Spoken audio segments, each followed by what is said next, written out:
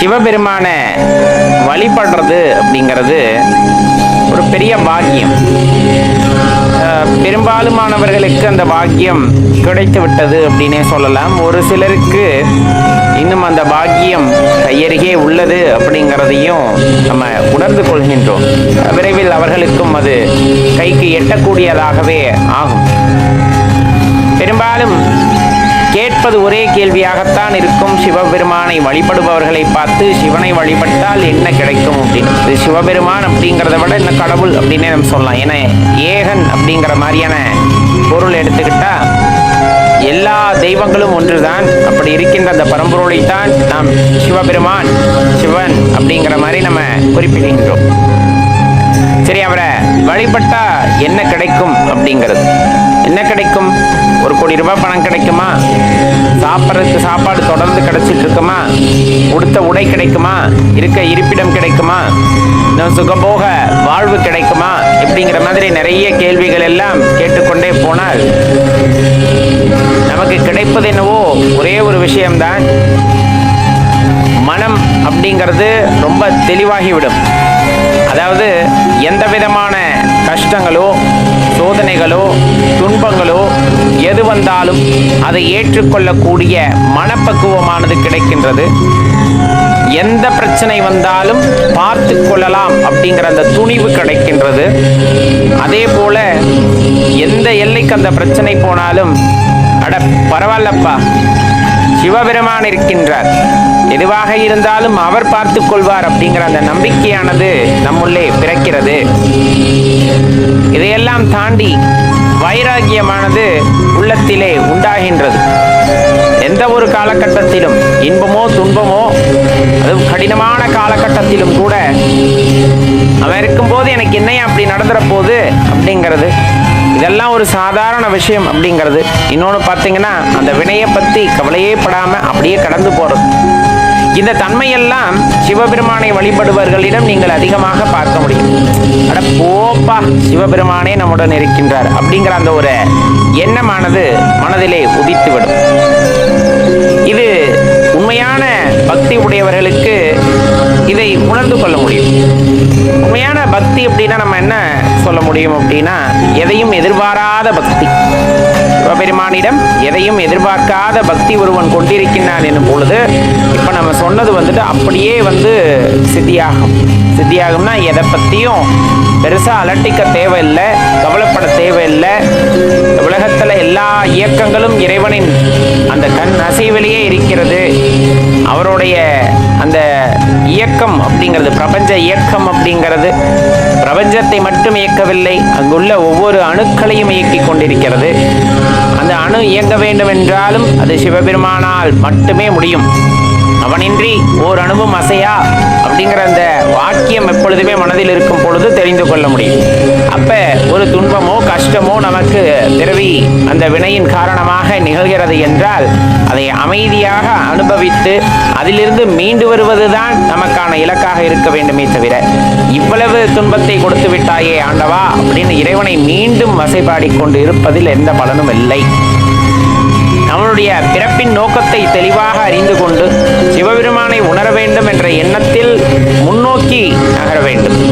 எந்த துன்பம் வந்தாலும் அவர் இருக்கின்றார் அப்படிங்கிற அந்த எண்ணமானது உங்கள் மனதில் ஆழமாக இருக்கிறது என்றால், அது எப்படிப்பட்ட துன்பமாக இருந்தால் என்ன, வந்த நொடியிலே சூரியனை கண்ட பனி போல அப்படின்னு சொல்ற மாதிரி எந்த துன்பம் வந்தாலும் சிவாய நம அப்படிங்கிறது ஒரு வார்த்தை எல்லா துன்பங்களையும் போக்கிவிடும். எல்லா துன்பங்களையும் போக்கக்கூடிய ஆற்றலானது பஞ்சாட்சர மந்திரத்திற்கு உண்டு. அப்படி இருக்கையில் அந்த பஞ்சாட்சர மந்திரத்தை தொடர்ந்து சொல்லிக்கொண்டே இருக்கும் பொழுது எவ்வினை வந்தால் என்ன, அவ்வினை வந்த வழியை பார்த்து சென்றுவிடும் அப்படிங்கிற மாதிரி பஞ்சாட்சர மந்திரத்தை மட்டும் தொடர்ந்து சொல்லி கொண்டிருக்கும் போது வாழ்க்கையில் ஏற்படுகின்ற பிணி அப்படின்னு சொல்லக்கூடியது, வாழ்க்கையவே சில பேர் அப்படித்தான் பார்ப்பாங்க. அப்படிப்பட்ட அந்த வாழ்க்கை சுழற்சியிலிருந்து, இந்த பிறப்பு இறப்பு சுழற்சியிலிருந்து நம்மை வெளியே கொண்டு வரக்கூடிய ஆற்றல் படைத்தவர் சிவபெருமான் அப்படிங்கிறத தெளிவாக தெரிஞ்சுக்கணும். அப்போ சிவபெருமானை வழிபடும் போது நமக்கு என்ன கிடைக்கும் அப்படின்னா, துணிவு கிடைக்கிறது, பற்றற்ற நிலையானது உண்டாகின்றது, எல்லாமே பரம்பொருள் தான் அப்படிங்கிற அந்த உயர்ந்த எண்ணமானது ஒருவன் மனதிலே உதிக்கின்றது. அப்ப அவ்வளவு சாதாரண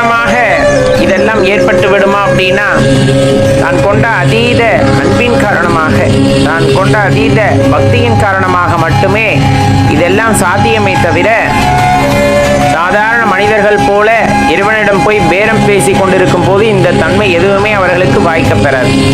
இதை கூட நான் உனக்கு அதை தர்றேன். சிவபெருமானே எனக்கு ஒரு 2 கோடி ரூபாய் காசு வேணும், சிவபெருமானே எனக்கு தங்கறதுக்கு ஒரு வீடு பத்தாது, ஊருக்கு ஒரு வீடு வந்துட்டு கட்டணும், அதே போல எந்த வழியில பணம் வருதுன்னா எனக்கு தேவையில்லை, எனக்கு பணம் வந்துகிட்டே இருக்கணும், இந்த மாதிரியெல்லாம் இறைவனிடம் போய் பேரம் தயவு செய்து பேசாதீர்கள். அப்படி பேசும் பொழுது அது உண்மையான பக்தியாக இருப்பது இல்லை. நான் எதற்கு இந்த பூமிக்கு பிறந்து வந்தேன், அதோட பிறப்பின் ரகசியம் என்ன என்பதை அறிந்து கொள்வதற்கு இறைவனிடம் வேண்டுதல் வைக்கலாம்.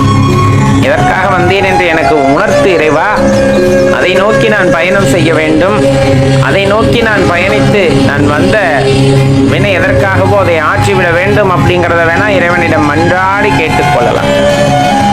எந்த துன்பம் வந்தாலும் சரி, நீ உடனிருக்கையிலே அதெல்லாம் ஒரு துன்பமா அப்படிங்கிறது ஒரு எண்ணமானது மனதிலே ஏற்படும் பொழுது கண்டிப்பா அது ஒரு உயர்ந்த நிலையப்பா. அது ஒரு உயர்ந்த நிலை.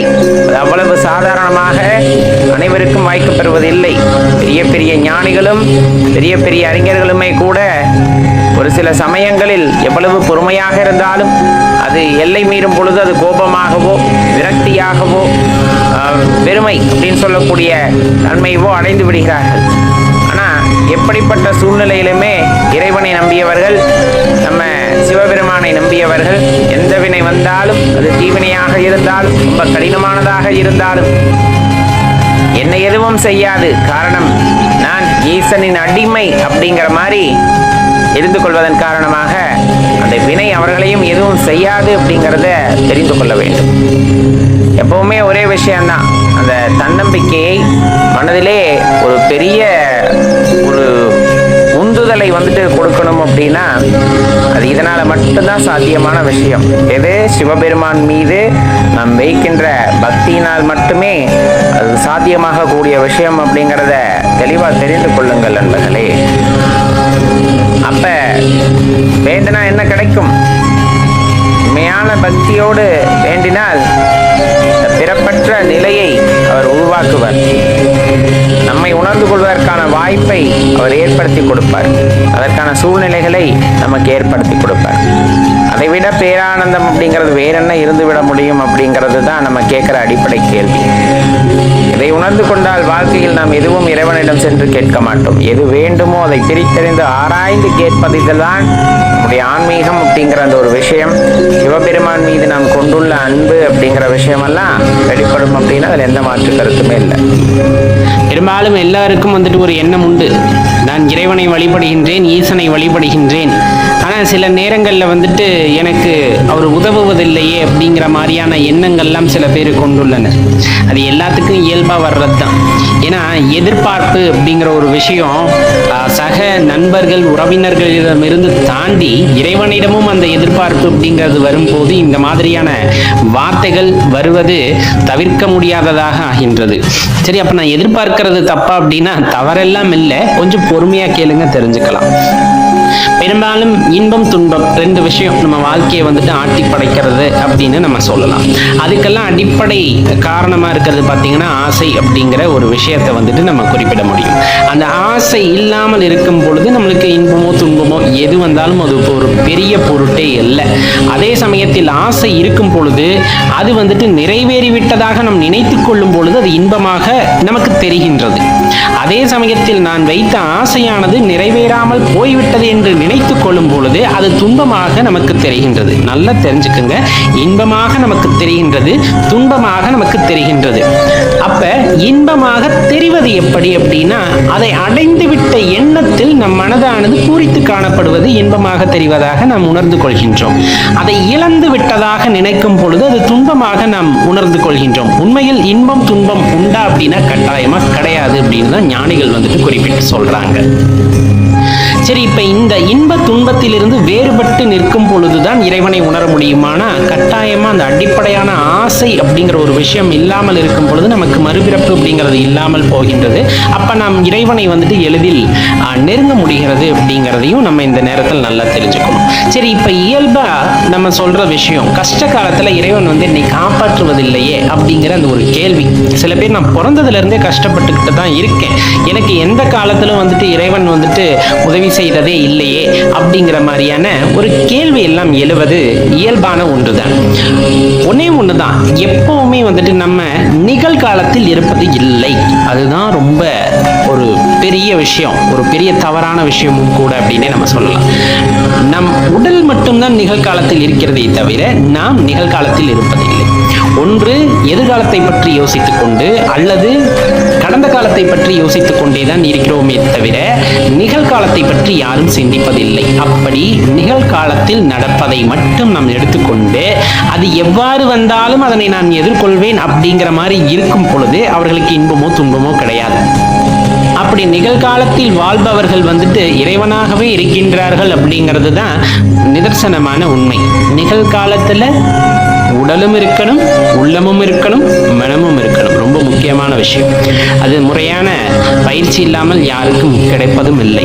அவ்வாறு நிகழ்காலத்தில் வாழக்கூடிய ஆன்மாவாக மாறும் பொழுது இறைவனாகவே ஆகின்றோம். அப்பொழுது இறைவன் வழிகாட்டுகின்ற நன்மையும் கிடையாது, தீமையும் கிடையாது என்று.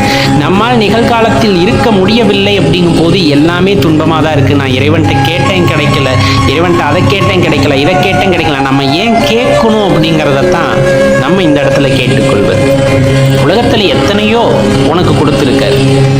நல்ல இயற்கை காட்சி அங்கங்க பார்த்தா பசுமையா இருக்கும், அதெல்லாம் காசு கொடுத்து பார்க்கணும்னு இல்லையே. நம்ம போற போக்குல ரோட்ல முளைச்சிருக்க செடியெல்லாம் எப்படி முளைச்சிருக்கு அப்படிங்கிறதே பெரிய அதிசயமான விஷயம்.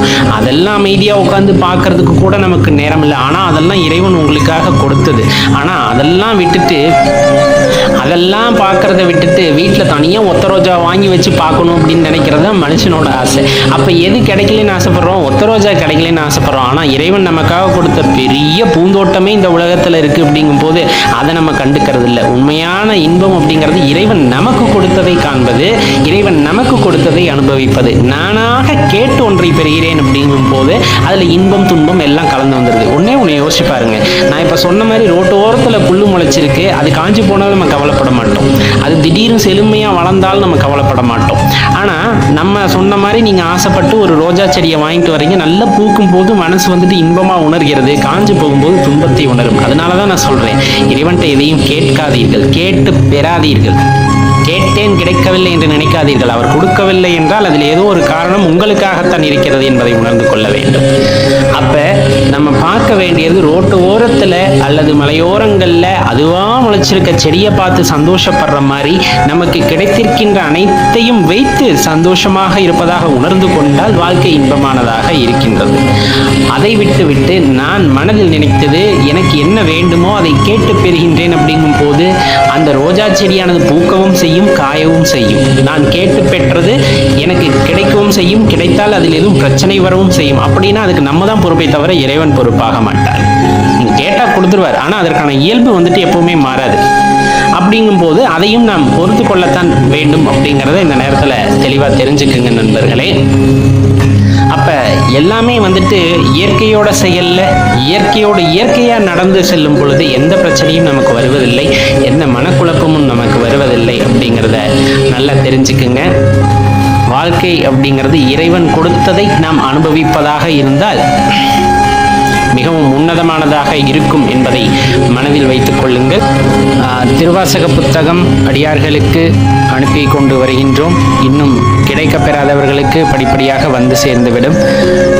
இதுவரையிலும் விண்ணப்பிக்காதவர்கள் புத்தகம் தேவைப்பட்டால் சிவபித்தன்.com அப்படிங்கிற இணையதளத்தில் போய் இனிமேல் பதிந்து கொள்ளுங்கள். யாருக்கும் தவறிடக்கூடாது அப்படிங்கிறதுனால தான் அந்த இணையதளத்தின் மூலமாக பதிவுமாறு கேட்டுக்கொள்கின்றோம். சரி, இன்றைய தலைப்புக்கு நம்ம போகலாம். பெரும்பாலும் சிவபெருமானை வழிபடுபவர்கள், சிவபக்தர்கள், சிவனடியார்கள் அதிகபட்சம் அவங்களுக்கு என்ன ஆசை இருந்துரும் அப்படிங்கிறது தான் ஒரு வினாவா எழுப்பப்பட்டது. அதிகபட்சமா அவங்களோட ஆசை என்ன அப்படிங்கிறது தான். அதிகபட்சம் குறைஞ்சபட்சம்னு எதுவுமே கிடையாது அந்த இடத்த பொறுத்தளவு. நிஜமாலுமே சிவபெருமான உண்மையாலுமே அந்த சிவம் அப்படிங்கிறது என்னன்னு உணர்ந்துக்கணும் அப்படிங்கிறது ஆரம்ப காலகட்ட நிலையில் இருக்கக்கூடிய எல்லாத்துக்கும் ஒரு சின்ன ஆசை. ஏன்னா அந்த வழிபாடு அப்படிங்கிறது தனித்தன்மை வாய்ந்தது. அதை சொல்லெல்லாம் விளக்க முடியாது. ஏன் சிவபெருமான வழிபடுற தெரியாது, எதுக்காக வழிபடுற தெரியாது, என்ன வேணும் உனக்கு தெரியாது. இது மட்டும்தான் சிவபெருமான வழிபடுபவர்கள் வாயிலிருந்து வரக்கூடிய வார்த்தையா இருக்கும். அப்போ எனக்கு தங்கத்தை கொடு, பொண்ணை கொடு, பொருளை கொடு, காசு கொடு, வீடு கொடு, எதுவுமே கேட்க மாட்டாங்க. வீடு பேரு இன்பத்தை கொடு இறைவா அப்படின்னு தான் கேட்பாங்க. சொத்து வேணும், சுகம் வேணும், எதுவுமே வந்துட்டு அவங்களுக்கு தெரியாது. அவங்களுக்கு தெரிஞ்சது எல்லாமே அந்த உண்மையான சிவம் என்பது யாது என்று உணர்ந்து அதோடு இரண்டரை கலந்து விட வேண்டும் என்ற எண்ணம் மட்டும்தானே தவிர அவரிடமிருந்து எதை வேண்டுவதற்கு எல்லாமே அவரால் கொடுக்கப்பட்டது, அவரால் தீர்மானிக்கப்பட்டது, அவர் எண்ணத்தின்படி நடப்பது. இதுல போய் நான் அவர்கிட்ட போய் இதை கொடு அதை கொடுன்ட்டு கேட்க முடியுமா? ஒரு சிவனடியார் கேட்பாரா? எங்கேயாச்சும் போய் இறைவா எனக்கு இவ்வளோ பொன் கொடு, இவ்வளோ பொருள் கொடுன்ட்டு எம் இறைவனுக்கு தெரியாதா எனக்கு என்ன கொடுக்க வேண்டும் அப்படிங்கிறத? கண்டிப்பா எந்த அடியார்கள் மனதிலும் இந்த எண்ணம் தோன்றுவதில்லை. நல்லா தெரிஞ்சுக்குங்க. உண்மையான சிவனடியார்கள் வந்துட்டு பொண்ணுக்கோ பொருளுக்கோ ஆசைப்படுவது கிடையாது, யாரிடமும் கையேந்துவதும் கிடையாது, இறைவனிடமும் கேட்பது கிடையாது. நீ பார்த்து இன்னைக்கு சாப்பிட்றதுக்கு சாப்பாடு கொடுக்குறியா, சாப்பிட்றேன். நீ பார்த்து இன்னைக்கு நான் சந்தோஷமா இருக்கிறதுக்கு என்ன பண்ணணும்னு நினைக்கிறியா, செய்ய, நான் அதுபடியே நான் வாழ்ந்துட்டு போறேன். இன்பமோ துன்பமோ செய்த நன்மையோ தீமையோ எதுவாயிருந்தாலும் உன் பாதமலருக்கு சமர்ப்பணம் அப்படின்ட்டு போய்கிட்டே இருப்பாங்க. அதிகபட்சமா அவங்களோட ஆசை அந்த சிவத்தை உணர்ந்து கொள்ள வேண்டும். சிவம் இருக்கிற இடத்துல நான் இருக்கணும்னு கூட ஆசைப்படல. அவர் ஆடுகின்ற போது தெரித்து விழுகின்றதல்லவா புழுதி, அந்த புழுதி என் மீது பட்டால் போதும், அந்த தூரத்துல நான் இருந்தா போதும், உன்னோட அந்த நடனத்தை பார்த்து கொண்டு இருந்தா போதும் அப்படிங்கிற அந்த ஒரு ஆசை, அதுதான் உங்களுக்கு உச்சபட்சம். 100,000 கோடி வேண்டுமா அப்படின்னு கேட்டா சிரிக்கு மட்டும்தான் உங்களுக்கு தெரியும். இறைவனின் தரிசனத்தை விட 100,000 கோடி எனக்கு பெரியதா அப்படிங்கிற அந்த ஒரு எண்ணம் எப்பவுமே சிவனடியார்கள் மனசுல இருக்கும். சிவாய நமங்கிற அந்த நாமம், ஓம் நம சிவாய அப்படிங்கிற அந்த மந்திரம், அதை விட பெரிய பொக்கிஷம் வேற என்ன இருந்துற போகுது வாழ்க்கையில? வேற எதுவுமே கிடையாது. சொல்லி பாருங்க, அப்படியே உடம்புலாம் சிலுக்கும். கோவில்ல போய் நின்றுகிட்டு பெருமானை பார்க்கும்போது ஓம் நம சிவாயன்னு சொல்ற அந்த சந்தோஷம் இந்த உலகத்துல வேற எந்த இடத்துலையும் கிடைக்காது. மனசுக்குள்ளேயே எந்த துன்பம் வந்தாலும் எந்த இன்பம் வந்தாலும் சிவாய நமன் நினைச்சா போதும், சிவாய நமன் நினைச்சா போதும், நீ சொல்ல கூட வேண்டாம், சிவாய நமன் நினைச்சாவே போதும், எல்லாமே உன்னை தேடி வந்துடும். அவருக்கு தெரியும் ஐயா உனக்கு என்ன கொடுக்கணும் எதை கொடுக்க கூடாதுங்கிறது அவருக்கு தெரியும். நீ என்னத்துக்காக விரும்புற, அவரை சரணடையணும்னு விரும்புகிறோம். அப்ப அந்த சரணடைவதற்கு என்ன உனக்கு கொடுக்கணுமோ அதை தாராளமா கொடுப்பார். அப்ப அவருக்கு கொடுக்கறத மட்டும் ஏத்துக்கிறோம். சிவனடியார்கள் அதைத்தான் செய்யறாங்க. இறைவன் என்ன கொடுக்கிறாரோ அதை அப்படியே ஏத்துக்கிறாங்க. அவங்களுக்கு என்ன போய் ஆசை? ஆசைங்கிற வார்த்தை இருந்தா சிவனடியானா இருக்க முடியாது. எல்லா உறவுகளும் சிவமே அப்படின்ட்டு வந்ததுக்கு அப்புறம் என்ன போய் பெரிய ஆசை உங்களுக்குள்ள இருந்த போது? நான் அந்த சொன்ன ஒரே ஒரு விஷயம்தான், உன்னை சரணடைஞ்சிடணும். நீ ஆடுற இடத்துல தெரிக்கின்ற புழுதி என் மீது விழுந்தால் போதும், உன் கால் படுற அந்த இடமா இருந்துட்டா போதும், வேற எந்த ஆசையுமே இல்லை. நிஜமாலுமே ஒரு சிவபக்தர்கள், உண்மையான சிவபக்தர்களையோ சிவனடியார்களையோ போய் கேட்டா இதைத்தான் அவங்க சொல்லுவாங்க. வேறு என்ன வேண்டும், வேறு என்ன இந்த உலகத்துல இருக்கு? இறைவனை தவிர வேறு ஒன்றும் இல்லை அப்படிங்கும் போது அவரை நான் அவரோடு இரண்டரை கலந்து விட வேண்டும் அப்படிங்கிறது மட்டும்தான் அவங்க ஆசையா இருக்கும். இந்த எண்ணம் உங்களுக்குள்ள இருக்கா அப்படின்னு யோசிச்சு பாருங்க. கட்டாயமா இருந்தா அவர் உங்களுக்குள்ள இருக்கிறார், உங்களை ஆட்கொண்டு விட்டார் அப்படிங்கிறது தான் அதோட உண்மையான அர்த்தம். அந்த இன்பத்தை மட்டும் நாம் அனுபவித்துக் கொண்டிருந்தால் போதுமானது. எல்லா நொடிகளிலும் இறைவனை அப்படியே உணர்ந்து அவரோடு இரண்டரை கலந்த நிலையிலே இருந்தால் போதுமானது. நம்ம மனசுல எதுவுமே தவறான எண்ணங்கள் தோன்றாது, தோன்ற விடமாட்டார். இதை விட சொர்க்கமா, இதை விட பெரிய ஆனந்தம் ஒருத்தருக்கு என்ன இருக்க முடியும்? கண்டிப்பா இருக்காது. அதனால எப்பவுமே நம்ம மனசுல இருக்க வேண்டியது ஓம் நம சிவாய அப்படிங்கிற அந்த மந்திரமும் சிவாய நமங்கிற அந்த சூட்சமும் நம்ம மனசுக்குள்ள இருந்தது அப்படின்னா போதும். ரொம்ப ரொம்ப சந்தோஷமான வாழ்க்கைனா அது பார்த்தா இருக்கும். எல்லா அடியார்களும் சொல்வது கேட்டு பாருங்க, தெரியும். வாழ்க்கையை குறை சொல்லாதவர்களை இந்த உலகத்தில் பார்க்க முடியுமா அப்படிங்கிற கேள்வியை கேட்டு பாருங்களேன். ஏன்னா நாமே எப்பவுமே தாழ்வா நினைத்துக் கொள்கின்றோம். எந்த விதத்திலையும் சரி, இயற்கையா நீங்க ஒரு வாழ்க்கைய சராசரி மனிதனா வாழணும்னு நினைக்கிறவங்க கூட எப்பவுமே வாழ்க்கையை குறை சொல்லாதவர்கள் இருக்கவே மாட்டார்கள். நாம் இருக்கின்ற நிலையிலிருந்து நம்மை விட மேல்நிலையில் இருப்பவர்களை மட்டுமே பார்த்து பழகிவிட்டதன் காரணமாக இவ்வளவு அரும்பெரும் வாழ்க்கையை குறை சொல்லாதவர்களை நம்மால் பார்க்கவே முடிவதில்லை. ஏதோ ஒரு விதத்தில் நல்ல வாழ்க்கை, அன்பான குடும்பம், நல்ல அம்மா அப்பா, அதே போல துணைவி, குழந்தைகள் இத்தனையும் கிடைக்க பெற்றாலும் எப்பொழுதுமே நம் மனதில் வந்துட்டு ஒரு குறை இருந்து கொண்டே இருக்கின்றது.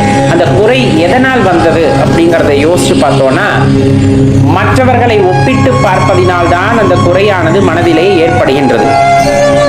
அப்படிப்பட்ட அந்த ஒப்பீடு அப்படிங்கிறது சரிதானா அப்படிங்கிற விஷயத்தை எடுத்துக்கொள்ள வேண்டும். ஏன்னா நம்மள பெரும்பாலுமானவர்கள் நேர காலத்தை நம்பி இருக்கிறோமே தவிர நம் உழைப்பையும் நமது அந்த உத்வேகத்தையும் நம்புவதற்கு மறுத்து விடுகின்றோம். இறைவன் நமக்கு வாய்ப்பை கொடுக்கிறார். எப்படிப்பட்ட வாய்ப்பு அப்படின்னா, இந்த உலகத்திலே பல கோடி ஜீவராசிகள் இருந்தாலும் சொந்தமாக சிந்திக்கக்கூடிய அந்த பகுத்தறிவு என்ற 6ஆம் அறிவையும் சேர்த்து பயன்படுத்தக்கூடிய அளவிற்கான ஒரு வாழ்க்கையை நமக்கு கொடுத்திருக்கின்றார். சகல செல்வங்களையும் சகல இயற்கை வளங்களையும் பார்த்து ரசித்து அனுபவிப்பதற்காக நமக்கு கொடுத்திருக்கின்றார். ஆனா நம்ம கொஞ்சமா யோசிச்சு பார்த்தோம்னா தெரியும், இதுவரையிலும் நம்ம அக்கம் பக்கத்து வீட்டுல யார் இருக்கிறாங்க அப்படின்றத கூட நம்ம தெரிந்து கொள்வதற்கு விரும்பவில்லை. இன்னும் பக்கத்து தெருவில் இருக்கிறவங்களை கேட்டா அதுவும் சுத்தமா இல்லை.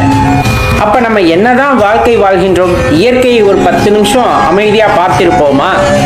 அதாவது உங்க வீட்டுக்கு பக்கத்துல ஏதேனும் ஒரு ஜீவராசி, ஒரு மாடு இருக்கு, ஒரு ஆடு இருக்கு, அந்த ஆட்டை ஒரு அரை மணி நேரம் கவனித்திருப்பீர்களா? அதோட இயக்கம் என்ன, அது எப்படி செயல்படுகிறது அப்படிங்கிறத பத்தி யோசிச்சிருப்போமா? சாதாரணமா ஒரு செடி நட்டு வச்சு வைக்கிறோம், செடி நட்டப்ப ஒரு 5 நிமிஷம் 10 நிமிஷம் பார்க்குறோம். ஒரு நாள் முழுக்க உட்காந்து அதோட வளர்ச்சியை உங்களால் கண்காணிக்க முடியுமா? இந்த நேரம் அப்படிங்கிறது ஒவ்வொரு வினாடியும் கடந்து போய்கிட்டே தான் இருக்கு. அதெல்லாம் எந்த மாற்று கருத்துமே இல்லை. போயிடுச்சுன்னா வராது. வாழ்க்கையே அப்படித்தானே. எத்தனை வருஷம் இறைவன் நமக்கு கொடுத்திருக்கிறார்லாம் தெரியாது. அதில் சந்தோஷமா பிறந்த நாளையும் நாம் கொண்டாடுகின்றோம். அது என்ன அப்படின்னு பார்த்தோம்னா, நமக்கு கொடுக்கப்பட்ட ஆயுள் அந்த 1 வருஷம் முடிஞ்சிருச்சு. அப்ப நீ அடுத்து என்ன செய்ய போற? உனக்கான அந்த வாய்ப்பை, உனக்கான அந்த வழியை தேடிக்கொண்டாயா? உனக்கு நான் என்ன கொடுத்திருக்கிறேன், அந்த கடமையை உணர்ந்தாயா அப்படிங்கிற விஷயமெல்லாம் நிறைய அதுல இருக்கு. அப்ப வாழ்க்கையை குறை சொல்வது சரிதானா? இப்ப சொல்லுவாங்க இல்லையா, என்னை ஏழையா படைச்சிட்டாரு, எனக்கு இந்த குறைய கொடுத்துட்டாரு, எனக்கு படிப்பே ஏறல, எனக்கு படிப்பு நல்லா வேலை அமையல, எல்லாம் சரியா இருக்கு, ஆன்மீக பாதையில போகணும்னு நினைக்கிறேன், எனக்கு குரு சரியா அமையல, குரு சரியா அமைஞ்சாலும் என்னால அவரோட உபதேசங்களை கேட்டு பின்பற்ற முடியல. இந்த மாதிரி நிறைய விஷயம். இன்னும் சொல்ல போனா, இயல்பா லௌகீக வாழ்க்கையில் இருப்பவர்கள் எனக்கு சரியான துணைவி அமையவில்லை, அதே போல எனது பெற்றோர்கள் அப்படி, எனது குழந்தைகள் எப்படி, குறை சொல்லிக் கொண்டே இருக்கும் பொழுது அந்த வாழ்க்கை குறையானதாகவே ஆகின்றது. அதில் எந்த சந்தேகமும் கொள்ள வேண்டாம். எப்பொழுது நாம் குறை சொல்ல வேண்டும் என்று நினைத்து விட்டோமோ அந்த குறையானது நம்மிடம் இருந்துதான் துவங்குகிறது அப்படிங்கிறத மனதில் வைத்துக் கொண்டா வாழ்க்கையை பத்தி எப்பவுமே நம்ம குறை சொல்ல மாட்டோம். யோசிச்சு பார்த்தீங்கன்னா உங்களுக்கு தெரியும், பிறப்பு அப்படிங்கிறதே பெரிய விஷயம். அதுலேயும் இந்த மானிட பிறப்பு அப்படிங்கிறது அரும்பெரும் விஷயம், கிடைத்தற்கு அரிய வரம் அப்படின்னு நம்ம சொல்லலாம். அந்த வரத்தை நாம் பெற்றுதான் இந்த மானிட பிறவி எடுத்திருக்கின்றோம். அதுல பல வாய்ப்புகள் நமக்கு முன்னாடி கொடுக்கப்படுகின்றது. பல வாய்ப்புகள் நமக்கு முன்னாடி கொடுக்கப்படுகிறது. ஒரு குறிப்பிட்ட அளவு வரலும் நமக்கு சொந்த செயல்பாடு இல்லைங்கிறனால பெற்றோர்களால நம்ம வாழ்க்கையானது தீர்மானிக்கப்படுகிறதுன்னு வச்சுக்கிட்டாலும், நம்மால் உணரும் முற்படும் பொழுது, நமக்கு எல்லா விஷயங்களையும் தெரிய வரும்போது நமக்கு முன்னாடி அனைத்து வாய்ப்புகளுமே இருக்கும். அதில் எந்த வாய்ப்பை பயன்படுத்தி கொள்கின்றோம் அப்படிங்கிறது தான் ரொம்ப முக்கியம். எனக்கு நேரம் சரியில்லை, எனக்கு கட்டம் சரியில்லை அப்படின்ட்டு செயல்படாமையே ஒரு 5 வருஷத்துக்கு 7 வருஷத்துக்கு உட்கார்ந்துருந்தா எல்லாம் மாறிடும் அப்படின்னு நினைச்சா இறைவனால கூட எதையும் மாற்ற முடியாது. ஒரு ஆன்மீக சாதகன் எந்த நேரத்திலையுமே இறைவனோட நினைவிலேயே இருக்க வேண்டும். இறைவனோட நாம ஜபத்தை சொல்லிக்கொண்டே இருத்தல் வேண்டும். அப்படி சொல்லிக் கொண்டிருக்கும் பொழுது, அந்த நினைவிலே இருக்கும் பொழுதுதான் நமக்குள் சின்ன சின்ன மாற்றங்களை ஏற்படுத்த முடியும். ஒரே இரவுல எல்லாமே தலைகீழா மாறிடுமா அப்படின்னா கண்டிப்பா மாறாது, கண்டிப்பா மாறாது. ஒருவேளை நேரம் சரியில்லை அப்படிங்கிறது உங்க மனதுல விழுந்துருச்சு அப்படின்னா அந்த சரியில்லாத நேரத்தை உங்க வாழ்க்கை முழுவதுமே மாற்ற முடியாது. தெளிவா தெரிஞ்சுக்குங்க. என்னதான் நேரம் சரியில்லை அப்படிங்கிற மாதிரியான வார்த்தைகள் உங்கள் காதில் வந்து விழுந்தாலும், உங்களுக்கு கெட்ட நேரம் அப்படின்னு சொன்னாலும், இல்ல நீங்க ஏழையா பிறந்திருக்கீங்க, உங்க வீட்டுல இத்தனை பிரச்சனை, இது எல்லாம் இருந்தாலும் இது யாவும் உங்கள் மனதை தொட்டு பார்க்காத வரை உங்களை யாரும் எதுவும் செய்ய முடியாது. இது இறைவன் கொடுத்த வரம், சிவபெருமான் நமக்கு கொடுத்த வரம். அந்த நிகழ்வானது உங்கள் மனதை தொட்டு விட்டால், அதிலே சென்று புதைந்து விட்டால், அதிலிருந்து உங்களை மீட்டெடுப்பது அப்படிங்கிறது சாதாரண விஷயமும் கிடையாது. இப்போ நான் பரம ஏழையா இருக்கேன், என்னால் இதிலிருந்து மீண்டு வர முடியாதுன்னு நினைச்சிட்டிங்கன்னா கண்டிப்பா மீண்டு வர முடியாது. எனது குழந்தைகள் அப்படி, எனது பெற்றோர்கள் இப்படி, எனக்கு வாய்த்தவர்கள் இப்படி இப்படிங்கிற மாதிரி எண்ணமானது மனதிலே வேரூன்றி விட்டதென்றால் அதிலிருந்தும் நம்மை மீட்டு வர யாராலும் முடியாது. அப்ப தெளிவா தெரிந்து கொள்ள வேண்டிய விஷயம், நம் மனது அப்படிங்கிறது இறைவனோட உறைவிடம். அந்த இடம் எப்பவும் சுத்தமா இருக்கணும். அந்த இடம் எப்பவுமே நேர்மறை எண்ணங்களால் நிரம்பி இருக்க வேண்டும். எனது வாழ்க்கையை என்னால் மாற்ற முடியும், எனது வாழ்வு கண்டிப்பா மாறக்கூடிய நாளானது ரொம்ப அருகாமையில தான் இருக்கு, சீக்கிரமா என் வாழ்க்கையானது மாறப்போகின்றது அப்படிங்கிற மாதிரியான எண்ணம் கண்டிப்பா ஆன்மீகத்துல நான் ஒரு உச்சம் தொடுவேன். அந்த இறைவனை தேடுகின்ற முயற்சியில் எக்காரணம் கொண்டும் பின்வாங்க மாட்டேன். எப்படிப்பட்ட தடைகள் வந்தாலும் சரி, அந்த தடைகளை எல்லாம் உடைத்தெறிந்து விட்டு எனக்குள் இருக்கின்ற அந்த அற்புத சக்தியை உணர்ந்து கொள்வேன். இந்த மாதிரியான எண்ணங்கள் நம் மனதிலே தூளும் பொழுது அதை செயலாக்கம் பெறுவதற்கான வழியை இறைவன் ஏற்படுத்தி கொடுக்கின்றார். எந்த நேரத்திலையெல்லாம் உங்கள் மனதிலே எதிர்மறை எண்ணங்கள் தோன்றுகிறதோ, இந்த வாழ்க்கையை குறை சொல்ல வேண்டும் என்ற எண்ணம் உங்கள் மனதில் எப்பொழுதெல்லாம் தோன்றுகிறதோ அப்பொழுதெல்லாம் இந்த பிரபஞ்சத்தை பற்றி யோசித்து பாருங்கள். அமைதியாக கண்ணை மூடி அமர்ந்து அண்ணாந்து பார்த்து அந்த ஆகாயத்தை பார்த்து கண்ணை விழித்து பாருங்கள். அந்த ஆகாயத்திலே நமக்கு என்ன தெரிகிறது என்பதை உற்று பாருங்கள். பகலிலே ஒன்றும் தெரியாவிட்டாலும் இரவிலே கோடிக்கணக்கான நட்சத்திரங்களை அங்கு உங்களால் பார்க்க முடியும். அப்ப அந்த நட்சத்திரங்கள் பகலில் இல்லாமல் போனதா? கிடையாது. மிகையான ஒளியால் உங்களால் அந்த நட்சத்திரத்தை பார்க்க முடியவில்லை என்பதுதான் உண்மை. அப்போ உங்க வாழ்க்கையில நன்மையே இல்லை என்று நினைக்கிறீர்களா அப்படின்னா கிடையாது. உங்கள் மனதை சூழ்ந்த மாயையின் காரணமாக அந்த நன்மையை நீங்கள் பார்க்கவில்லை அப்படிங்கிறது தான் உண்மை. அமைதியாக அதற்கான காலம் வரும் பொழுது, சிந்தித்து பார்க்கும் பொழுது, உணரும் பொழுது நம் வாழ்க்கையில் எண்ணற்ற இன்பங்கள் இருக்கின்றன, எண்ணற்ற நன்மைகள் இருக்கின்றன அப்படிங்கிறதெல்லாம் உங்களுக்கே தெரிய வரும். அது சர்வேஸ்வரன் கொடுக்கின்ற வரம்.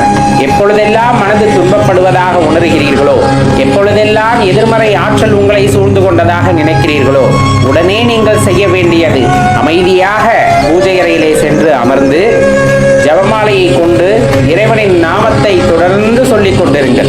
தொடர்ந்து சொல்லிக் கொண்டிருங்கள். அந்த எண்ணம் மாறும் வரையிலும் சொல்லிக் கொண்டிருங்கள்.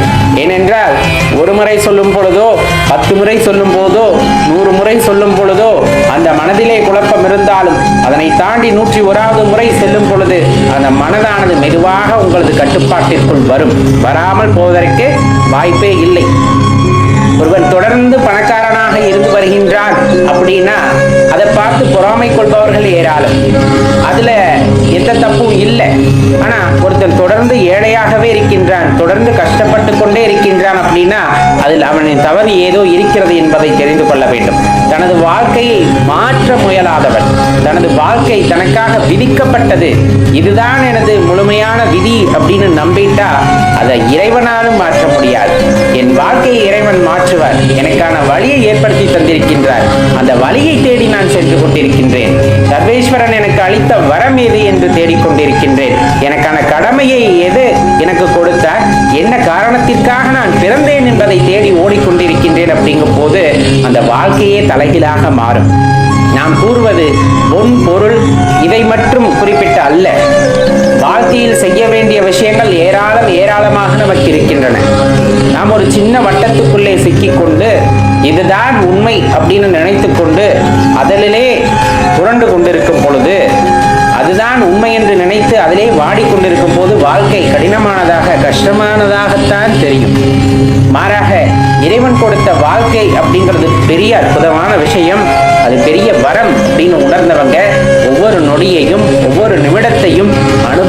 வாழ்வார்கள். சிவபெருமான் இந்த வாழ்க்கையை நமக்கு கொடுத்திருக்கிறார் அப்படின்னா சாதாரண நோக்கத்திற்காக கொடுக்கவில்லை. ஏதோ ஒரு கடமை உங்களுக்கு என்று கொடுத்திருப்பார். அந்த கடமையை உங்களால் உணர முடிந்தால் அந்த வாழ்க்கையானது இன்பமாக மாறும்.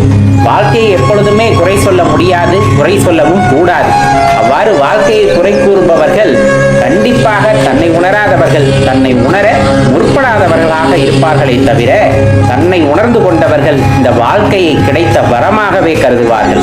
அது எந்த நிலைமையில் இருந்தாலும் சரி, ஏழ்மையாக இருந்தாலும், பணக்காரராக இருந்தாலும், செல்வ சீமாட்டியாக இருந்தாலும், அது எப்படிப்பட்ட வாழ்க்கையாக இருந்தாலும் ஒவ்வொரு நிமிடத்தையும் அனுபவித்து வாழக்கூடியவர்கள் யாராக இருப்பார்கள் என்றால், தான் எதற்காக இந்த பூமியிலே பிறந்தோம், இறைவன் தமக்கு என்ன கட்டளையிட்டார் என்பதை உணர்ந்து கொண்ட ஒருவர் கண்டிப்பாக ஒவ்வொரு நிமிடத்தையும் அனுபவித்து தான் வாழ்க்கையை வாழ்வார். கண்டிப்பா அவருக்கு கொடுக்கப்பட்ட அந்த கடமையும் நிறைவேற்றி விடுவார். அப்படிங்கிறத இதன் மூலமாக நாம் அறிந்து கொள்ள வேண்டியது இருக்கிறது. நண்பர்களே, சாதாரண விஷயமல்ல கிடைக்கின்ற வாழ்க்கை அப்படிங்கிறது, சாதாரண வரமல்ல கிடைத்த வாழ்க்கை அப்படிங்கிறது. இறைவன் கொடுத்த காலம் எவ்வளவு என்று யாருக்கும் தெரியாது. யாருக்கும் இறைவன் கொடுத்த அந்த நேரத்தையும் கணிக்க முடிவதில்லை. அந்த கணிக்க முடியாத நேரம் நமக்கு இலக்காக இருக்கும் பொழுது அதுக்குள்ளே இருக்கின்ற இந்த காலகட்டத்தை சாதகமாக்கி கொண்டு நம் வாழ்க்கையிலே என்ன செய்ய வேண்டுமோ, என்ன இறைவன் நமக்கு கட்டளையிட்டாரோ அதை செய்யும் பொழுது கிடைக்கின்ற இன்பம் அப்படிங்கிறது அலாதியானதாக எப்பொழுதுமே இருந்து கொண்டேதான் இருக்கிறது. அந்த அனுபவம் ஒவ்வொரு மனிதனுக்குள்ளும் ஒவ்வொரு பெரிய சக்தியை உணர வைக்கிறது என்றால் அதுவும் மிகையாகாது. கண்டிப்பா ஒருவன் செய்கின்ற செயல் அப்படிங்கிறதுக்கு காரணமாக இருப்பது இறைவனாகத்தான் அங்கு இருக்க முடியும். ஒவ்வொருவரும் ஒவ்வொருவருக்கு நன்றி கூற கடமைப்பட்டிருப்போம். கண்டிப்பா இப்ப இந்த அரும்பெரும் உடலை நமக்கு கொடுத்த தாய் தந்தையர் அவர்களுக்கு நன்றி கூறாமல் இருக்க முடியுமா? அவர்கள் எப்படிப்பட்டவர்களாக இருந்து விட்டு போகட்டும். ஏன்னா இறைவனின் நியதியில் ஒவ்வொருத்தரும் ஒவ்வொரு கதாபாத்திரத்தை ஏற்றுக்கொண்டு வந்திருக்கிறார்கள். அதற்கு தகுந்தாற் போல நடிக்கின்ற இந்த நாடக மேடையிலே அவர்களின் குணத்தை குறை கூறுவதற்கு தகுதியானவர்கள் நாம் இல்லை. மாறாக அந்த தாயும் தந்தையும் சர்வேஸ்வரனும் அந்த பார்வதி தேவியும் அவதாரமாகவே நாம் கருத வேண்டும். எப்பொழுதுமே அவர்களுக்கு நன்றியும் செலுத்துவோம் இல்லையா? அதுக்கப்புறமா நண்பர்கள், உற்றார்கள், உறவினர்கள், நம் வாழ்க்கைக்கு தேவைப்படும் பொருட்கள், பயன்படும் பொருட்கள் என்று இந்த பட்டியலானது நீண்டு கொண்டே சென்று கொண்டிருக்கும். அனைவருக்குமே நன்றி சொல்ல கடமைப்பட்டிருக்கின்றோம். காரணம், நமது மனது மகிழ்ச்சியாக இருக்கின்ற பட்சத்திலும் நமது மனது மகிழ்ச்சியாக இருப்பதற்கு உறுதுணையாக இருந்த அனைவருக்குமே நாம் நன்றி சொல்ல கடமைப்பட்டிருக்கின்றோம். இப்படி ஒவ்வொன்றாக நாம் கூறிக்கொண்டே செல்லும் பொழுது அனைவருக்கும் தனித்தனியாக நன்றியை கூறிக்கொண்டே போக வேண்டுமா என்றால் கண்டிப்பாக கிடையாது. அதையெல்லாம் சேர்த்து இறைவனுக்கு நன்றி கூறிவிட்டால் ஒரே வார்த்தையாக, இறைவா எனக்கு இப்படிப்பட்ட உறவுகளையும் இப்படிப்பட்ட வாழ்க்கைகளையும் இப்படி ஒரு உணர்வையும் உணர்த்துவதற்காக நீ செய்த நாடகம் அப்படிங்கிறத உணர்ந்து கொண்டேன். இதற்கெல்லாம் அடிப்படை காரணம் யார் என்றால் நீ மட்டுமே அப்படிங்கிறத நான் உணர்ந்து கொண்டேன். இந்த பிறவியிலே, இந்த உடலிலே நான் இருந்து கொண்டு என்ன செய்ய வேண்டும் என்று கூறினாய். எனக்கு அற்புதமான வாழ்க்கையை ஏற்படுத்தி தந்தாய். அந்த வாழ்க்கையிலே அலாதியான இன்பத்தை உணர்வதற்கு வாய்ப்புகளையும் ஏற்படுத்தி தந்தாய். இப்படிப்பட்ட உனக்குத்தான் நான் நன்றி கூற கடமைப்பட்டிருக்கின்றேன். சர்வேஸ்வரன் என்று சொல்லும் பொழுது உடலெல்லாம் சிலிர்த்து கண்களெல்லாம் குளமாகி நான் கதறுகின்றேன் ஐயா உனது பெயரை சொல்லி. உன்னை மட்டுமே உயர்வாக நினைத்திருக்கின்றேன். நீ மட்டுமே சர்வ வியாபியாக இருக்கின்றாய். சர்வத்திற்கும் காரணமான அந்த சிவபெருமானை என்னாலும் நான் மறப்பதில்லை. என்னாலும் நான் போற்றி புகழ்கின்றேன். என்னாலும் அவர் பாதத்தை சரணடைந்து கிடைக்கின்றேன் என்பதுதான் இந்த இடத்துல ரொம்ப உண்மையான ஒரு வார்த்தையாக இருக்க முடியும். ஐயன், ஈசன், சர்வேஸ்வரன், சங்கரன், இந்த மாதிரி பல நாமங்கள் இருந்தாலும் அது எல்லாம் குறிப்பது ஒருவரையே, சிருஷ்டி கர்த்தாவையே. அவருடைய ஆற்றலுக்கும் அவருடைய கருணைக்கும் இங்கு அளவே இல்லை. பல்வேறு விதமாக படைப்புகளை இந்த உலகத்தில் படைத்தாலும் ஒவ்வொரு படைப்புகளுக்குள்ளும் ஒரு பேராற்றலை கொண்டுதான் படைத்திருக்கின்றார். நீங்கள் பார்க்கின்ற எறும்பாக இருக்கலாம், ஈயாக இருக்கலாம், மீனாக இருக்கலாம், முதலையாக இருக்கலாம், இன்னும் பல்வெருக்கமாக மரமாக, பாம்பாக, எதுவாக இருக்கலாம்.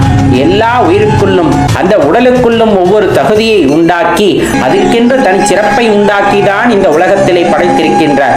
அந்த வகையிலே இந்த மானுட பிறப்பும் பார்த்தீங்கன்னா சிறப்பான படைப்பு. ஒவ்வொருக்குள்ளும் ஒவ்வொருவருக்கும் ஒவ்வொரு திறமையையும் கொடுத்துதான் அனுப்பியிருக்கின்றார். நாம் உணர்வது இல்லை. உணர்ந்தவர்கள் வாழ்க்கையை குறை கூறுவதில்லை. வாழ்க்கையை குறை கூறுபவர்கள் என்றுமே உள்ளிருக்கின்ற ஆற்றலை உணர்வதில்லை அப்படிங்கிறத தெளிவா தெரிந்து கொண்டோமே ஆனால் வாழ்க்கையை கண்டிப்பாக நாம் குறை கூற மாட்டோம். வாழ்க்கையானது கிடைத்தற்கு அரிய பொக்கிஷம். அந்த பொக்கிஷம் ஒரு முறை கிடைத்திருக்கிறது. இது மறுமுறை கிடைக்குமா என்பது தெரியவில்லை.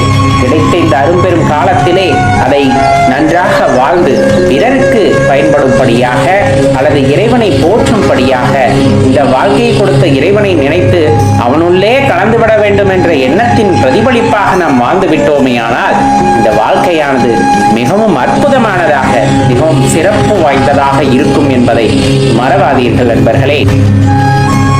சில பேர் எப்பவுமே இறைவனோட நாமத்தை ஜெபம் செய்து கொண்டே இருப்போம். பஞ்சாட்சர மந்திரத்தை மனதினுள்ளே சொல்லிக் கொண்டே இருப்போம். கால அளவெல்லாம் கிடையாது. இரவு பகல் என்று கிடையாது, நடுநிசி என்று கிடையாது. மனதிலே எப்பொழுதெல்லாம் நாம் விழிப்பு நிலையில் இருக்கின்றோமோ அப்பொழுதெல்லாம் ஐயனோட மந்திரத்தை மனது சொல்லிக்கொண்டே இருக்கும்.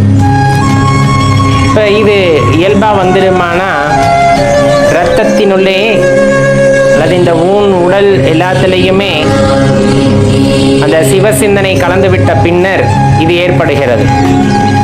இந்த நாம ஜபம் அப்படிங்கிறது அனைத்திலும் உயர்ந்தது அப்படின்ட்டு குறிப்பிடப்படும். அப்படிப்பட்ட நாமத்தை ஒருத்தர் திரும்ப திரும்ப சொல்லிக்கொண்டே இருக்கின்றார், தன்னை மறந்த நிலையில் சொல்லிக்கொண்டே இருக்கிறார். அப்படிங்கும் போது இறைவனோட நிரந்தர கலந்த நிலையில் இருப்பார். சிலர் நாம ஜபம் எல்லாம் செய்ய மாட்டார்கள், செய்யவும் தெரியாதவர்களுக்கு. மாறாக எப்போதுமே சிவசிந்தனையிலேயே இருப்பார்கள். சிவசிந்தனை அப்படின்னு சொன்னோம்னா சிவகாரியங்களாக இருக்கலாம், சிவனை பற்றிய நினைவுகளாக இருக்கலாம், அவரை பற்றிய எண்ணுதலாக இருக்கலாம், சிவாலயங்களை பற்றியதாக இருக்கலாம். ஏதோ ஒன்று எப்பொழுதுமே சிவனை பற்றியோ சிவனோட அந்த செயல்களை பற்றியோ திருவிளையாடல்களை பற்றியோ இதையெல்லாம் எண்ணிக்கொண்டு அவர் படைத்த இந்த உலகை ரசித்து கொண்டு இந்த பிரபஞ்சத்தின் ஒரு அழகு அல்லது அதை பற்றிய ஆற்றல் இதை பற்றியெல்லாம் சிந்தித்துக் கொண்டே இருப்பார்கள். சில பேர் இறைவனின் மீது பாடல் பாடிக்கொண்டிருப்பார்கள், சில பேர் தவம் செய்து கொண்டிருப்பார்கள். இதிலெல்லாம் எது பெரிது அப்படிங்கிற கேள்வியை கேட்க முடியுமா? முதல்ல கண்டிப்பா முடியாது. ஏன்னா உங்களுக்கு நல்லா தெரியும், 63 நாயன்மார்களை பார்த்தோம் அப்படின்னா ஒவ்வொரு நாயன்மார்களும் ஒவ்வொரு விதத்துல தன்னுடைய அன்பை வெளிக்காட்டி இருப்பார். தன்னுடைய அன்பை வெளிக்காட்டி இருப்பார். இப்ப எல்லா விதமான திருவிளையாடலுமே பார்த்தீங்க அப்படின்னா 63 நாயன்மார்களை ஆட்கொண்டதும் பார்த்தீங்கன்னா ரொம்ப சிறப்பான விஷயமாக இருக்கும். அவர்களின் அன்பு மிகையால் அவர்களுக்கு வைத்த சிறு சோதனைகளிலே அவர்கள் வெற்றி பெற்று வருகிறார்கள். எந்த நிமிடத்திலும் எந்த ஒரு சலனத்திலுமே கூட அவர்கள் மனதிலிருந்து அந்த இறை சிந்தனையானது நீங்கவில்லை. எல்லாமே இறைவனுக்கு அப்படிங்கிற மனதும், அதே போல இறைவன் எல்லா இடத்திலும் இருப்பார், எல்லாராகவும் இருப்பார் அப்படிங்கிற அந்த சிந்தனை மிக உயர்ந்ததல்லவா? அதனாலே அவர்களை எல்லாம் ஆட்கொள்கின்றார் இறைவன். எப்பொழுதுமே சிவ சிந்தனையிலே இருப்பவர்கள், சிவ காரியங்களவே செய்பவர்கள் அப்படின்னு சொன்னா அது மிகையாகாது. அப்ப இப்ப நம்ம சொன்னதுல நாமத்தை திரும்ப திரும்ப ஜபித்துக் கொண்டிருக்கிறார்கள், கண்டிப்பா அது உயரிய பலனை அளிக்கக்கூடியது. எப்போவுமே சிவனை பற்றிய நினைவிலேயே இருக்கிறார்கள், திருவிளையாடல்களை பற்றி யோசித்துக் கொண்டே இருக்கிறார்கள், அவரது அரும்பெரும் ஆற்றலை பற்றி யோசித்துக் கொண்டிருக்கிறார்கள். கண்டிப்பா சிவபெருமானோட அன்பையும் அருளையும் பெற முடியும். பாடல் பாடுகிறார்கள், அதே போல ஆடல் ஆடுகிறார்கள். எல்லாத்துக்குமே பார்த்தீங்க அப்படின்னா கண்டிப்பா ஒரு வழியாக அது இருக்கும். இறைவனை அடையக்கூடியதற்கான வழியாக இறைவன் காட்டிய வழியாக இருக்கும். இதில் இன்னும் சிறப்பான ஒரு விஷயத்தை சொல்லணும் அப்படின்னா, இயல்பான ஒரு மனிதன் பிறரை தன்னுடைய முன்னேற்றத்திற்காக பயன்படுத்திக் கொள்கின்றான் என்றால் அந்த வாழ்க்கை வெறும் வாழ்க்கையாகத்தான் போகிறது. அதிலும் பிறருடைய நன்மைக்காக தனது வாழ்க்கையை ஒருவன் அர்ப்பணிக்கின்றான் என்றால் அது உயரிய வாழ்க்கையாக மாறும். இந்த மாதிரி மனிதர்கள் பார்த்தீங்க அப்படின்னா தெய்வத்தோட அருளை, அதுவும் சிவபெருமானோட கருணை பார்வையை பெற்றவர்கள். பிறரின் நன்மைக்காக, பிறருக்காக தனது வாழ்க்கையை அர்ப்பணித்தல் அப்படிங்கிறது உயரிய விஷயம். உலக நன்மைக்காகவே சிந்தித்துக் கொண்டிருப்பார்கள். இப்ப சித்த பெருமக்கள் எல்லாம் அப்படித்தான். தனக்கென்று எதையும் விரும்பாதவர்கள். அவர்களுக்கு அட்டமா சித்தி கை கூட பெற்றிருக்கும். அவர்கள் நினைத்தால் என்ன வேண்டுமானாலும் செய்து கொள்ளலாம். ஏன்னா அவங்களுக்கு தங்கம் செய்யறதோ மற்ற வைர வைடூரியங்களை செய்வதோ அவர்களுக்கு ஒரு பெரிதான விஷயம் அல்ல. ஆனால் அவர்களுக்கென்று அவர்கள் எதையும் செய்து கொள்வதில்லை. காரணம், அவர்கள் பிறருக்காக, பிறர் நலனை பேணுபவர்களாக இருக்கிறார்கள். சித்த பெருமக்கள் எப்பவுமே அப்படித்தான். இப்ப சொல்லுவாங்க, ரொம்ப கடினமான சூழ்நிலையில இருந்தாலுமே சிவாலயத்திற்கு செல்கின்றோம் அல்லவா, அதே போல ஜீவசமாதியாக இருப்பார்கள். தன்னுள் இருக்கின்ற சிவத்தை உணர்ந்த நிலையிலே ஜீவசமாதியாக இருக்கிறவர்கள் அந்த இடத்திற்கு சென்றால் அவர்களின் கருணை பார்வை கிடைத்தால் நம் வாழ்க்கையில் இருக்கின்ற துன்பங்கள் மாறும் அப்படின்னு சொல்லப்படும். அது உண்மையும் கூட.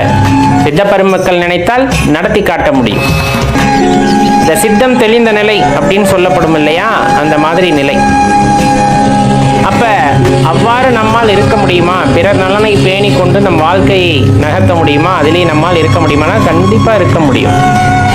அதற்கு கொஞ்சம் பரந்த மனப்பான்மை, இயற்கையை புரிந்த நிலை, அதே போல இறைவன் நமக்கு இட்ட கட்டளையை உணர்ந்து கொள்ளும் பொழுது அதெல்லாம் சாத்தியம்தான் அப்படிங்கிறதையும் தெளிவாக தெரிஞ்சுக்கணும். இப்போ பிறருக்காக வாழ்தலும் தன்னை இறைவனிடத்தே ஒப்புவித்தலும் இரண்டும் ஒன்றே ஆகும். தன்னை இறைவனிடம் ஒப்புவித்தல் அப்படிங்கும் போது நான் எந்த காரியங்களை செய்தாலும் அந்த காரியம் உன்னுடைய ஆணையின் பேரிலே நடக்கின்றது அப்படின்னு அவரிடம் ஒப்படைத்து விட்டு தனக்கென்று எந்த ஆசாபாசங்களும் இல்லாமல் இறைவனிட்ட கட்டளைப்படி நாம் செயல்பட்டு கொண்டே இருக்கின்றோம் அப்படிங்கும் போது கண்டிப்பா அது ஏற்கனவே நம்ம சொன்ன பிறருக்காக வாழ்தலிலே நிற்கும். ஏன்னா இறைவனிடக்கூடிய கட்டளை அப்படிங்கிறது எல்லாத்துக்குமானது. ஒரு சிலரை உயர்த்தியோ ஒரு சிலரை ரொம்ப கீழ்நிலையில் வைத்தோ இறைவன் பார்ப்பதில்லை. அனைவருக்கும் ஒவ்வொரு வாழ்க்கையை கொடுத்தாலும் அனைவருக்கும் சரிசமமான உணர்வை கொடுக்கின்றார். இறைவனை உணர்வதற்கான வாய்ப்பை அவர் ஏற்படுத்தி தருகின்றார். அதை பயன்படுத்தி கொள்கிறோமா அப்படிங்கிறது தான் கேள்வியே தவிர இறைவன் வாய்ப்பை கொடுக்கவில்லை அப்படின்லாம் சொல்ல முடியாது. ஏன்னா ஒவ்வொரு காலகட்டத்திலும் ஒரு துன்பம் வருகிறது அல்லது ஒரு சோதனை காலகட்டம் வருகிறது அப்படிங்கும் போதெல்லாம் நம் மனது இயற்கையிலே இறைவனை நாட ஆரம்பித்துவிடும். ஆனால் திட்டிக்கிட்டு நாடுவோம். இவ்வளோ கஷ்டத்தை கொடுக்குறியா இறைவா அப்படின்னு தான் போவோமே தவிர அந்த கஷ்டம் எங்கிருந்து வந்தது, எதனால் வந்தது, அது எப்படி நீங்கும், இது போன்ற விஷயங்களை நாம் யோசிப்பதற்கே இல்லை. அப்படி யோசிக்க ஆரம்பித்து விட்டால் இந்த துன்பம் எங்கிருந்து வந்தது, அந்த துன்பத்தை எப்படி போக்குவது, அதற்கு மூல காரணமாக இருப்பது எது, இந்த மாதிரி விஷயங்களை ஆழ்ந்து யோசிக்க ஆரம்பித்து விட்டால் கண்டிப்பா நாம் இந்த பிறவியை எடுத்ததன் நோக்கமும் பிறவிக்கான காரணமும் நமக்கு தெரிந்துவிடும். எந்த இடத்தில் துளைத்தோமோ அந்த இடத்தில் தான் தேட வேண்டும். அதே போலதான் துன்பம் ஏற்படுகிறது என்றால் அந்த இடத்திலே தான் எதனால் அந்த துன்பம் ஏற்பட்டது என்று தேட வேண்டும். அப்படி தேடும் போது உண்மையான காரணமானது அங்கு தெரிய வருகிறது. அதன் பலனாக நம்மால் அடுத்த நிலையை உணர முடிகிறது. சிவபெருமானை வழிபடுறோம், சிவபெருமானே எல்லாம் இருக்கும். ஆனாலும் நம்ம ஒரு குறிப்பிட்ட நிலையை அடைவதற்கு ரொம்ப கடினமாக இருக்கிறது என்றால் முக்கியமான காரணங்கள் இரண்டு. ஒன்று, வருகின்ற துன்பத்தை ஏற்றுக்கொள்வதற்கு மனமில்லாமை. ரெண்டாவது ஒன்று பார்த்தீங்க அப்படின்னா எல்லாத்தையும் தள்ளி போடுறது. இந்த ரெண்டு விஷயத்தின் காரணமாகத்தான் நம்மளால சிவபெருமானை உணர முடியாமல் போயிடுறது, தெரிந்து கொள்ள முடியாமல் போய்விடுகிறது. எப்படி அப்படின்னு கொஞ்சமா ஆழ்ந்து யோசிச்சு பார்த்தோம்னா அதற்கான விடையானது கிடைக்கப்பெற்று வரும். இப்ப இயல்பா பார்த்தீங்கன்னா எந்த வேலையாகட்டும், இப்ப ஆன்மீக சாதகர்கள் வந்து எந்த வயசுல ஆன்மீக பயிற்சி அல்லது ஆன்மீகத்துக்குள்ள நுழையலாம் அப்படின்னு பொதுவான கருத்து கேட்டோம்னா நம்ம சொல்றது பொதுவான கருத்து அப்படிங்கிறது அதெல்லாம் குடும்ப வாழ்க்கையெல்லாம் முடிச்சுட்டு ஒரு 50 வயசுக்கு மேல போக வேண்டியது, எதுக்கு இந்த சின்ன வயசுலயே இந்த ஆன்மீகத்துக்கு போறது அப்படிங்கிற மாதிரியான கருத்து பொதுவா நிலவுது. உண்மையாலுமே 50 வயசுக்கு அப்புறம் தான் அந்த ஆன்மீக தேடலை ஆரம்பிக்க வேண்டுமா அப்படின்னா கிடையவே கிடையாது. அதை தள்ளி போடக்கூடாத ஒரு விஷயம் அப்படின்னா அதுக்கு வயசு நிர்ணயித்து இந்த வயதிற்கு பிறகு ஆன்மீகத்துக்குள்ளே சென்று கொள்ளலாம் அப்படிங்கிற மாதிரி நினைக்கிறது. ஆன்மீகம்னா வேற என்னமோ நினைச்சுக்கிறோம், அவ்வளவுதான், வேற எதுவும் இல்லை. அந்த தேடுதல்ங்கிற எண்ணமே இல்லாம ஆன்மீகம்னாவே எல்லாத்தையும் விட்டுட்டு காட்டுக்குள்ள போயிடுறது அப்படிங்கிற சிந்தனைக்கு வந்துடுறாங்க. இதுதான் பிரச்சனையே. உள்ளார்ந்த தேடுதல் எந்த வயதிலும் ஆரம்பிக்கலாம். இப்போ குடும்பத்தில் இருந்துகிட்டே அந்த ஆன்மீக பாதையில் அந்த தேடுதலை வந்துட்டு ஆரம்பிக்கலாம். ஆனா எல்லாத்துக்குமே ஒரு விதிவிலக்கு மாதிரி ஒரு கொஞ்ச நாள் போட்டுமே அப்படிங்கிறது, இந்த ஒரு அலட்சியம்னு சொல்லுவோம் இல்லையா, அது வந்துட்டு எல்லா இடத்துலையுமே இருக்கும். இன்னும் கொஞ்ச நாள் போட்டோம் அப்படிங்கிறது. அதே போல எனக்கு இன்னும் கொஞ்சம் நல்ல குருமார்கள் கிடைத்திருந்தால் நான் இன்னும் அற்புதமா வந்திருப்பேன் அப்படின்னு சொல்லக்கூடியது. இந்த மாதிரி எல்லாத்துலேயுமே இன்னும் கொஞ்சம் நல்ல, இன்னும் கொஞ்சம் நேரம், இந்த மாதிரி வார்த்தைகள் தான் ஆன்மீகத்தில் நம்மளுக்கு ஒரு பெரிய சறுக்கலை உண்டாக்கிவிடும். நாளை நாளை நாளைக்கு அப்புறம் இப்படிங்கிற வார்த்தை எல்லாமே நம்மளுக்கு பெரிய சறுக்கலை உண்டாக்கக்கூடியது அப்படிங்கிறத தெளிவாக தெரிஞ்சுக்கங்க. ரெண்டாவது முக்கியமான விஷயம் அப்படிங்கிறது துன்பத்தை ஏற்றுக்கொள்ள மனமில்லாமை அப்படின்னு சொல்லக்கூடியது. துன்பம் அப்படிங்கிறது, சோதனை அப்படிங்கிறது எல்லாமே கண்டிப்பா இருக்கத்தான் செய்யும். தெளிவா தெரிஞ்சுக்கங்க. ஆன்மீக வழியில போறீங்க அப்படின்னா சோதனைகள் இருக்கத்தான் செய்யும். ஏன் இப்ப நீங்க பேசாதீங்க, செயலாற்றாதீங்க, யோக நிலையிலே இருங்க. யோக நிலையில இருக்கும் போது கண்டிப்பா நம்மளால அந்த சிந்தனைகளை ஒருமுகப்படுத்தி இருக்க முடியுமானா கிடையாது. ஆரம்ப காலகட்டத்திலே நம்ம அந்த தியான நிலைக்கு போகும்போது பார்த்தீங்கன்னா பல்வேறு சிந்தனைகள் வரும். அது இந்த ஜென்மான் கிடையாது, நம்ம எடுத்த 7 ஜென்மத்திலும் நாம் அந்த ஊழ்வினை இருக்கு இல்லையா, அந்த வினையின் காரணமாக வந்த எல்லா விஷயங்களும் நம்ம அந்த தியானத்திலிருந்து கலைக்க பார்க்கும். அது எல்லாம் தாண்டி நீங்க ஒருநிலைப்படுத்துறீங்க அப்படிங்கும் போதுதான் அதுல ஒரு தெளிவான நிலைக்கு வர முடியும். அதே போல எப்ப நீங்க வந்துட்டு உண்மையாக ஆன்மீக பாதையில இறைவனை தேட வேண்டும் என்று நினைக்கிறீர்களோ, இந்த பிறப்பிலிருந்து விடுபட வேண்டும் என்று நினைக்கிறீர்களோ, அப்ப இந்த வினையெல்லாம் கழிவதற்கு உங்களுக்கு இன்னும் அனுபவிக்க வேண்டிய கர்மான்னு ஒன்று இருக்கும்ல, அதெல்லாம் வேக வேகமா வந்து சேருகிறது. இயல்பா நடந்திருந்தீங்க அப்படின்னா அது கொஞ்சம் கம்மியா இருந்திருக்கும். நம்ம இறைவனை தேட ஆரம்பிக்கின்றோம், எனக்கு பிறப்பு வேண்டாம் அப்படின்னு நினைக்கிறோம் அப்படிங்கும் போது கண்டிப்பா அதோட தாக்கம் அதிகமாக இருந்தாலும் இருக்கும். முற்பிறவியில செய்த கர்மாக்களோட தொடர்ச்சி இன்னும் இருக்கு. ஆனா இவனுக்கு ஒரு தெளிவான பாதையை கொடுத்து இவனோட பிறப்பை அறுத்து விடலாம் அப்படின்னா அதை தாங்கக்கூடிய பக்குவம் இருக்கா இல்லையோ உங்களுக்கு கொடுத்து பார்ப்பாங்க இல்லையா. அப்ப நீங்க தாங்கிக்கிறீங்கும் போது அந்த கர்மாத்தோடு நிவர்த்தி ஆகின்றது. இல்லை உங்களால் முடியலன்னா என்ன ஆயிடுது அப்படின்னா, இவ்வளவெல்லாம் என்னால் முடியல, சோதனை தாங்க முடியலன்னா ஆன்மீக பாதையிலிருந்து வெளியே வந்துடுறாங்க. அப்படிங்கும் போது அவங்களுக்கு தொடர்ந்து அந்த இல்வாழ்க்கையானது அல்லது இந்த பூமியிலே பிறப்பெடுக்க வேண்டிய அவசியமானது ஏற்படுகிறது. இதுல யாரை சொல்லி குத்தோம்? இந்த இடத்துல இறைவன் நமக்கு கொடுத்த வாய்ப்பையும் நாம் வேறு விதமாக நினைத்து கொண்டு நாம் அதிலிருந்து பின்வாங்கும் போது இறைவன் சரி உனக்கு இயல்பான வாழ்க்கை இருந்து விட்டு போகிறது என்று விட்டு விடுகிறார்.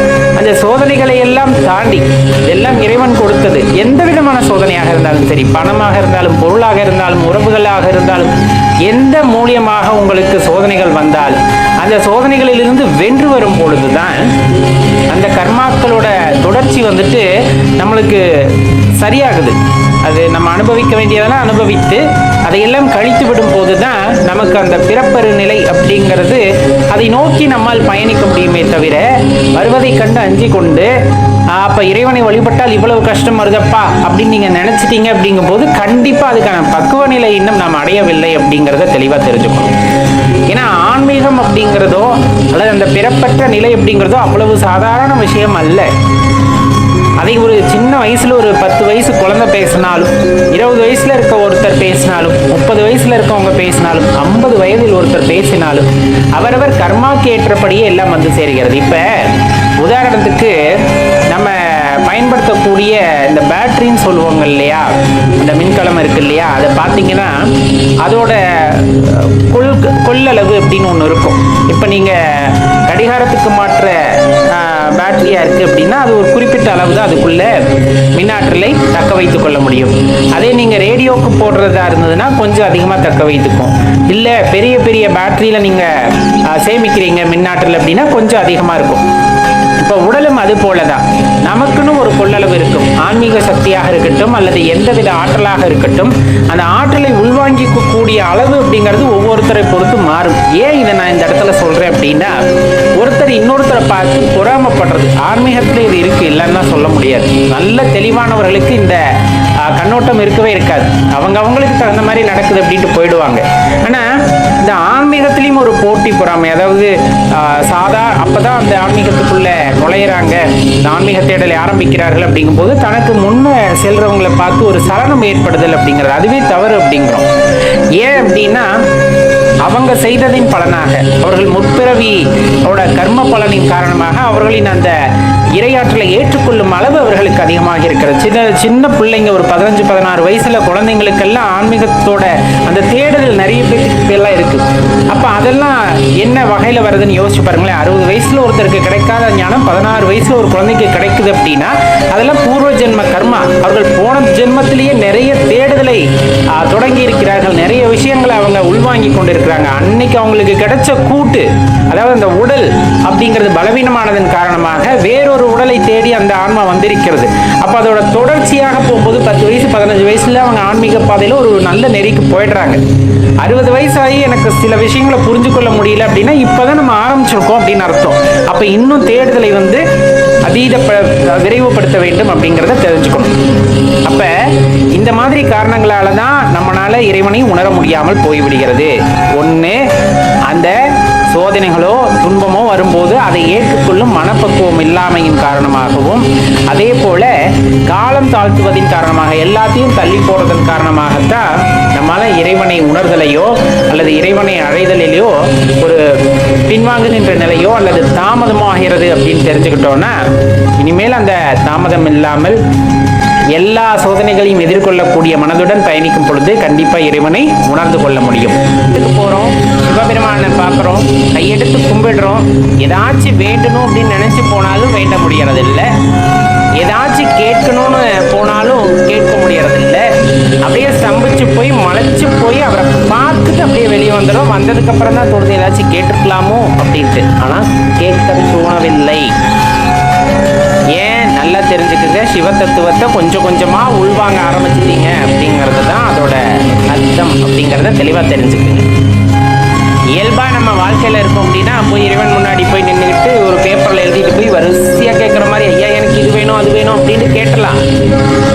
ஆனா எப்ப சிவ தத்துவத்தை சிவபெருமானை மனதார நீங்கள் ஏற்றுக்கொண்டீர்களோ அப்பொழுதே வேண்டுவதற்கு எதுவும் இல்லாமல் போய்விடுகிறது.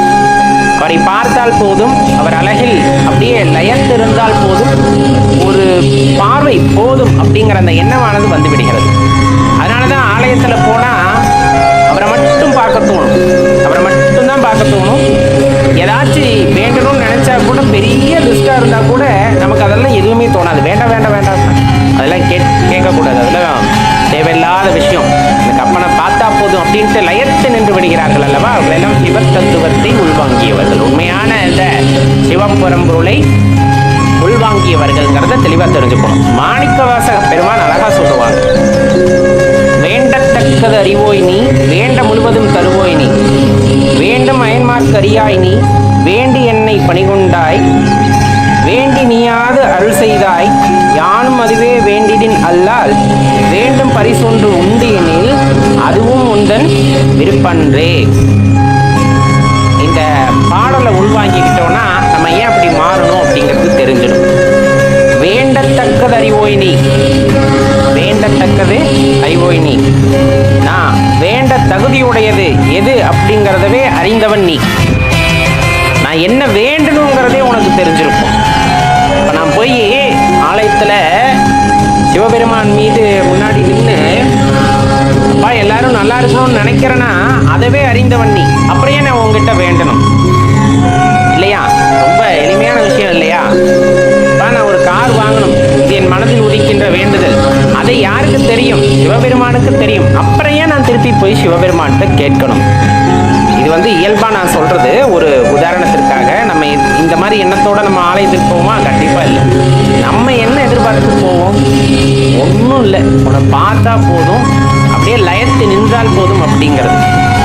இயல்பாக மனிதர்கள் இருக்கிறார்கள் என்றால் அவர்கள் வேண்ட போனாலும் அதை என்ன வேண்டுவார்கள் என்பதவே இறைவன் அறிவார் அப்படிங்கிறது தான் அந்த இடத்துல இருக்கக்கூடிய மிகப்பெரிய விஷயம். வேண்ட முழுவதும் தருவோயினி. அப்படி ஏதாச்சும் கேட்டுட்டா கூட அப்படியே தந்துடுவார், அதுல எந்த குறையும் இல்லை. இப்ப நம்ம அப்பாட்ட போய், அப்பா இந்த மாதிரி எனக்கு ஐஸ் வேணும் அப்படின்னு கேட்டோம்னா அப்பா வாங்கி தந்துடுறாரு இல்லையா? குழந்தை அப்ப உனக்கு என்ன வேணும்னு கேட்குறியோ அதை அப்படியே வாங்கிக்கோ. அதனாலதான் இந்த இடத்துல ரொம்ப தெளிவா இருக்கணும். எதையும் கேட்கறதுக்கு முன்னாடி சிவபெருமான்கிட்ட தெளிவா கேட்கணும். பெரும்பாலும் கேட்கிற தன்மை போயிடும். இல்லை இப்பதான் நாங்க ஆரம்பத்தில் அப்படியே படிப்படியா விட்டுக்கிட்டு வர்றோம் அப்படின்னு இருக்கீங்க இல்லைங்களா? அவங்கெல்லாம் என்ன பண்ணணும்? கேட்கறத கூட தெளிவா அப்பன்ட்ட கேட்கணும். எதை கேட்டால் அப்படியே கொடுத்துருவார். வேண்ட முழுவதும் தருவோயினி. கேட்டதை அப்படியே கொடுத்துருவார். ஆனா அதுக்கப்புறம் என்ன நடக்க போகுதோ அதற்கு நீதான் பொறுப்பாவாய். அதனாலதான் எதையும் கேட்காதீங்க அப்படின்ட்டு சிவனடியார்கள் பெரும்பாலும் எல்லாத்திட்டையும் சொல்றது. போங்க, பஞ்சாட்சர மந்திரத்தை விட பெரிய விஷயம் இந்த உலகத்துல எதுவும் இல்லை. அப்ப முன்னாடி போய் நின்றுட்டு அந்த பஞ்சாட்சர மந்திரத்தையும் பஞ்சபிராணங்களையும் பாடுவதை விட பெரிய பாக்கியம் அப்படிங்கிறது இந்த உலகத்தில் வேற ஏதும் இருப்பதற்கு வாய்ப்பில்லை. அப்ப அங்க போய் ஏதாச்சும் வேண்டுமா? பா எல்லாத்தையும் நல்லபடியா வச்சிருப்பா, பா குடும்பத்தை நல்லா வச்சிருப்பா, இது கூட தேவையில்லைன்றாங்க. இது கூட கேட்காத. ஏன்னா உன் மனசுல இருக்கு எல்லாரும் நல்லா இருக்கணும்னு இருக்கு. அந்த எண்ணமே எதனால் உருவானது அப்படின்னா சிவபெருமானால் உருவாக்கப்பட்டது. நீ என்ன வேண்ட போற? கோயிலுக்குள்ள போறமே, அதுவும் அவருக்கு தெரியுமா? அப்ப நம்ம ஏன் வேண்டணும்? அததான் தெளிவா சொல்றாங்க. அந்த இடத்துல எல்லாம் சொல்லிட்டு, வேண்டும் பரிசொன்று உண்டு எனில் அதுவும் உந்தன் விருப்பன்றே. முடிஞ்சு போச்சா? வேண்டும் பரிசொன்று உண்டு எனில் அதுவும் உந்தன் விருப்பன்றே. அப்படி ஏதாச்சும் நான் கேட்கணும் அப்படின்னு நினைச்சால் மீறி போய் நான் கேட்கிறேன். நான் இது வரலும் வேண்டணும்னு நினைச்சதே இல்லை. பக்கத்துல அந்த அடியார் வந்துட்டு ரொம்ப கஷ்டப்படுறாரு. அவருக்கு கொஞ்சம் மனம் இறங்குங்க.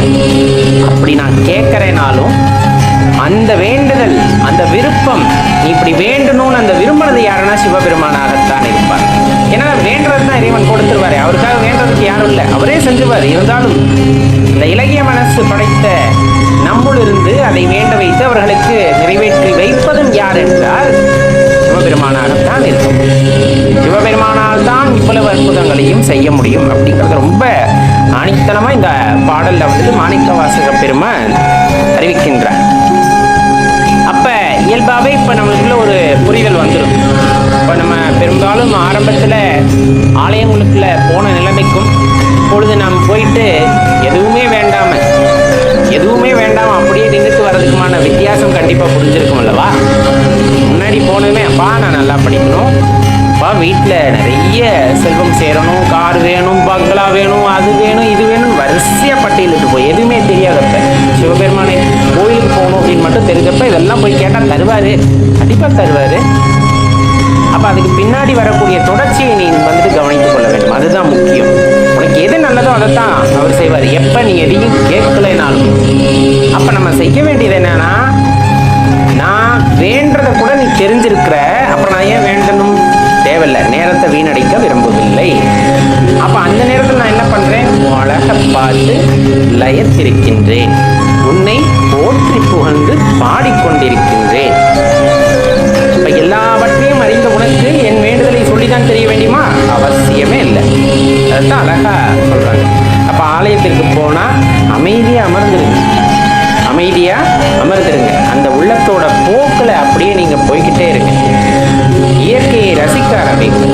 உங்களை சுற்றி இறைவன் பேசுவதை கேட்க ஆரம்பிங்கள். உங்களை சுற்றி அத்தனை அதிர்வுகளும் இறைவனால் உருவாக்கப்பட்டவை. அதுவும் உங்களுடன் தொடர்பு கொள்வதற்கு இறைவன் பல அதிர்வுகளை உண்டாக்கியிருப்பார். அமைதியா ஆலயத்தில் உட்கார்ந்து காதை மட்டும் கொடுத்து உன்னிப்பா கவனித்தா போதும், பல விதங்களில் இறைவன் நம்முடன் பேச முயற்சிப்பதை நம்மால் உணர்ந்து கொள்ள முடியும். அதனாலதான் சொல்றது, வேண்டத்தக்கது அறிவோய் நீ, வேண்டும் பரிசொன்று உண்டு எனில் அதுவும் உந்தன் விருப்பன்றே. அப்ப நான் ஏதாவது எப்பயாச்சும் தவறி வேண்டணும்னு நினைச்சா கூட அது உன்னோட விருப்பமாக தான் இருக்கும். அடுத்த வாக்கியம் பார்த்தீங்கன்னா, வேண்ட முழுவதும் தருவோய் நீ. அப்படி நான் ஏதாச்சும் வேண்டிட்டாலும் அதை அப்படியே தந்துட போறேன். அப்ப நான் எதுக்கு வேண்டணும்? நான் எதுக்கு ஒன்றை கேட்கணும்? கேட்காமலே தரக்கூடிய நாயகன் அல்லவோ நீ. இந்த உடலில் இந்த உயிர் இருக்கிறது, அதற்கு என்ன தேவை என்பதை அறிந்தறிந்து ஒவ்வொன்றையும் செய்கின்ற உனக்கு தெரியாதா எனக்கு என்ன வேண்டும் என்று? அடுத்து நான் என்ன ஆக வேண்டும் என்று உனக்கு தெரியாதா? அப்படிங்கிற அந்த ஏக்கமானது அடியார்கள் மனதிலே எப்பவும் இருக்கும். அதனாலதான் போனா இறைவனை போற்றி புகழ்வதோடு அடியார்கள் நிறுத்திக் கொள்வார்கள். காரணம் எல்லாமே அவருக்கு தெரியும், நம்ம எதுவும் சொல்றதுக்கு இல்லை அப்படின்னு. அந்த நிலை வந்துட்டாலே ஓரளவுக்கு நல்ல பக்குவப்பட்ட நிலையை நோக்கி நாம் பயணிக்கிறோம் அப்படிங்கிறத தெரிந்து கொள்ளுங்கள். ஓம் நம சிவாய அப்படிங்கிற இந்த மந்திரத்தை தினமும் ஒரு முறையாவது கூறுங்கள். உங்கள் குழந்தைகளுக்கும் இதை அறிவுறுத்துங்கள். இது உள்ள தூய்மையோடு நம்மை ஒரு மேன்மையான நிலைக்கு அழைத்து செல்லக்கூடிய அற்புத பொக்கிஷம் அப்படிங்கிறத மறந்துட வேண்டாம். இன்றைய தொகுப்புல நம்ம என்ன பார்க்க இருக்கோம்னா, பெரும்பாலும் பல வருடங்களாக, பல மாதங்களாக அல்லது நினைவு தெரிந்த வகையில் வந்துட்டு நான் சிவபெருமானை பற்றி எண்ணிக்கொண்டிருக்கின்றேன், அவரை பற்றி வழிபட்டு கொண்டிருக்கின்றேன். நான் என்னமோ தெரியல, இப்ப ஒரு இடைப்பட்ட சில காலங்கள்ல என்னால சரியா வழிபட முடியல அப்படின்னு ஒரு சாரார். சில பேர் சிவபெருமானை வழிபட்டால் என்ன ஆக போகிறது, நான் ஏன் வழிபட வேண்டும் அப்படின்ட்டு கேள்வி கேட்பவர்கள் ஒரு சில சாரார். நான் முயற்சியெல்லாம் செய்கின்றேன், கோவிலுக்கு போகணும்னு முயற்சி செய்கிறேன், சாமியை வழிபடணும்னு நினைக்கிறேன், ஆனா என்னால முடியல அப்படின்னு நினைக்கிற ஒரு சில இருக்கத்தான் செய்கிறார்கள். இப்படி இருக்கையில நம்ம தெளிவா தெரிந்து கொள்ள வேண்டியது, பொதுவா வழிபாடு அப்படிங்கிறது இந்த உடல் சுத்தம் சம்பந்தப்பட்ட விஷயம் சார்ந்து இருந்தாலும், ஏன்னா இந்த விரதம் இந்த மாதிரியான விஷயங்கள் எல்லாமே நம்ம உடல் சுத்தம் சார்ந்தது. அதையும் தாண்டி நமது உள்ள சுத்தம், உள்ளிருக்கின்ற இந்த மனதானது தூய்மையாக வேண்டும் அப்படிங்கிறதுக்காகத்தான் இந்த வழிபாடு அப்படிங்கிறத தெளிவா தெரிஞ்சுக்கணும். மனம் அது செம்மையானால் அப்படிங்கிற வார்த்தையை நீங்க அடிக்கடி கேட்டுப்பீங்க, இந்த வாக்கியத்தை. மனம் அது செம்மையானால் மந்திரம் செபிக்க வேண்டா, இந்த வார்த்தையை கேட்டிருக்கீங்களா? அப்ப இந்த மனமானது செம்மையாக வேண்டும் என்றால் தெளிவடைந்தால் அப்படிங்கிறத தெளிவா புரிஞ்சுக்குங்க. மனம் அது செம்மையானால் மந்திரம் செபிக்க வேண்டாம். ஏன்னா அது தெளிவடைந்து விட்டது, அது உணர்ந்து விட்டது அப்படிங்கும் போது முடிஞ்சு போச்சு. இறைவனை நம்ம கோவில்ல போய் தேடினோம், ஆங்காங்கே தேடினோம், மலை காடுகள் எல்லாம் அமர்ந்து தேடினோம், எந்த இடத்துலையும் என்னால் காண முடியல. ஆனால் ஒரு காலகட்டத்தில் என் மனமானது தெளிவடைந்து விட்டது, அதில் என்னால் உணர முடிகிறது அப்படிங்கும் போது நீ அதுக்கப்புறம் எந்த மந்திரமும் சொல்ல வேண்டாம், எந்த கோவிலுக்கும் போக வேண்டாம், எங்கேயும் போய் யாசகம் கேட்டு நிற்க வேண்டாம். எதுக்குமே அவசியம் அல்ல, எதுக்குமே அவசியம் அல்ல. ஏன்னா உன்னில் இருக்கக்கூடிய இறைவனை நீ உணர்ந்து கொண்டாய் அப்படிங்கும் போது வேறு எங்கும் நீ இறைவனை தேடி அலைய வேண்டியதில்லை அப்படிங்கிறதோட பொருளை தெளிவா புரிஞ்சுக்கணும். சரி, இது ஒரு பக்கம் இருக்கு, மனம் அது செம்மையாக வேண்டும். அது வரையிலும் நான் எதையாச்சும் உன்னை பற்றி கொண்டு இருக்க வேண்டும் அல்லவா? இப்ப இறைவன் சார்ந்த அந்த பேச்சுகளை கேட்க வேண்டும், அவரது புகழை பாட வேண்டும், அல்லது சில விஷயங்களை நாம் தொடர்ந்து பேசிக்கொண்டே இருந்தால் அதில் ஒரு நாட்டம் ஏற்படும். ஆனா என்னன்னே தெரியல, என்னால் இப்ப அந்த மாதிரி இருக்கவே முடியல. இறைவனை பற்றி சிந்தனைகள் இருக்க மாட்டேங்குது. இறைவன் ஆலயத்திற்கு செல்ல வேண்டும் என்றால் என்னால் செல்ல முடியவில்லை, எனக்கு அவரை பற்றி நினைவுகளே இல்லை. எப்பவுமே நம்ம சொல்வது உண்டு, அவரோட அனுமதி இருந்தால்தான் அவர் ஆலய வாசலை மிதிக்க முடியும் அப்படிங்கிறது. அவரோட அனுமதி இருந்தால்தான் அவரை பற்றி நினைக்க முடியும் அப்படிங்கிற ஒரு விஷயத்தை எப்பவுமே நம்ம பெரியவங்க சொல்லியிருக்காங்க.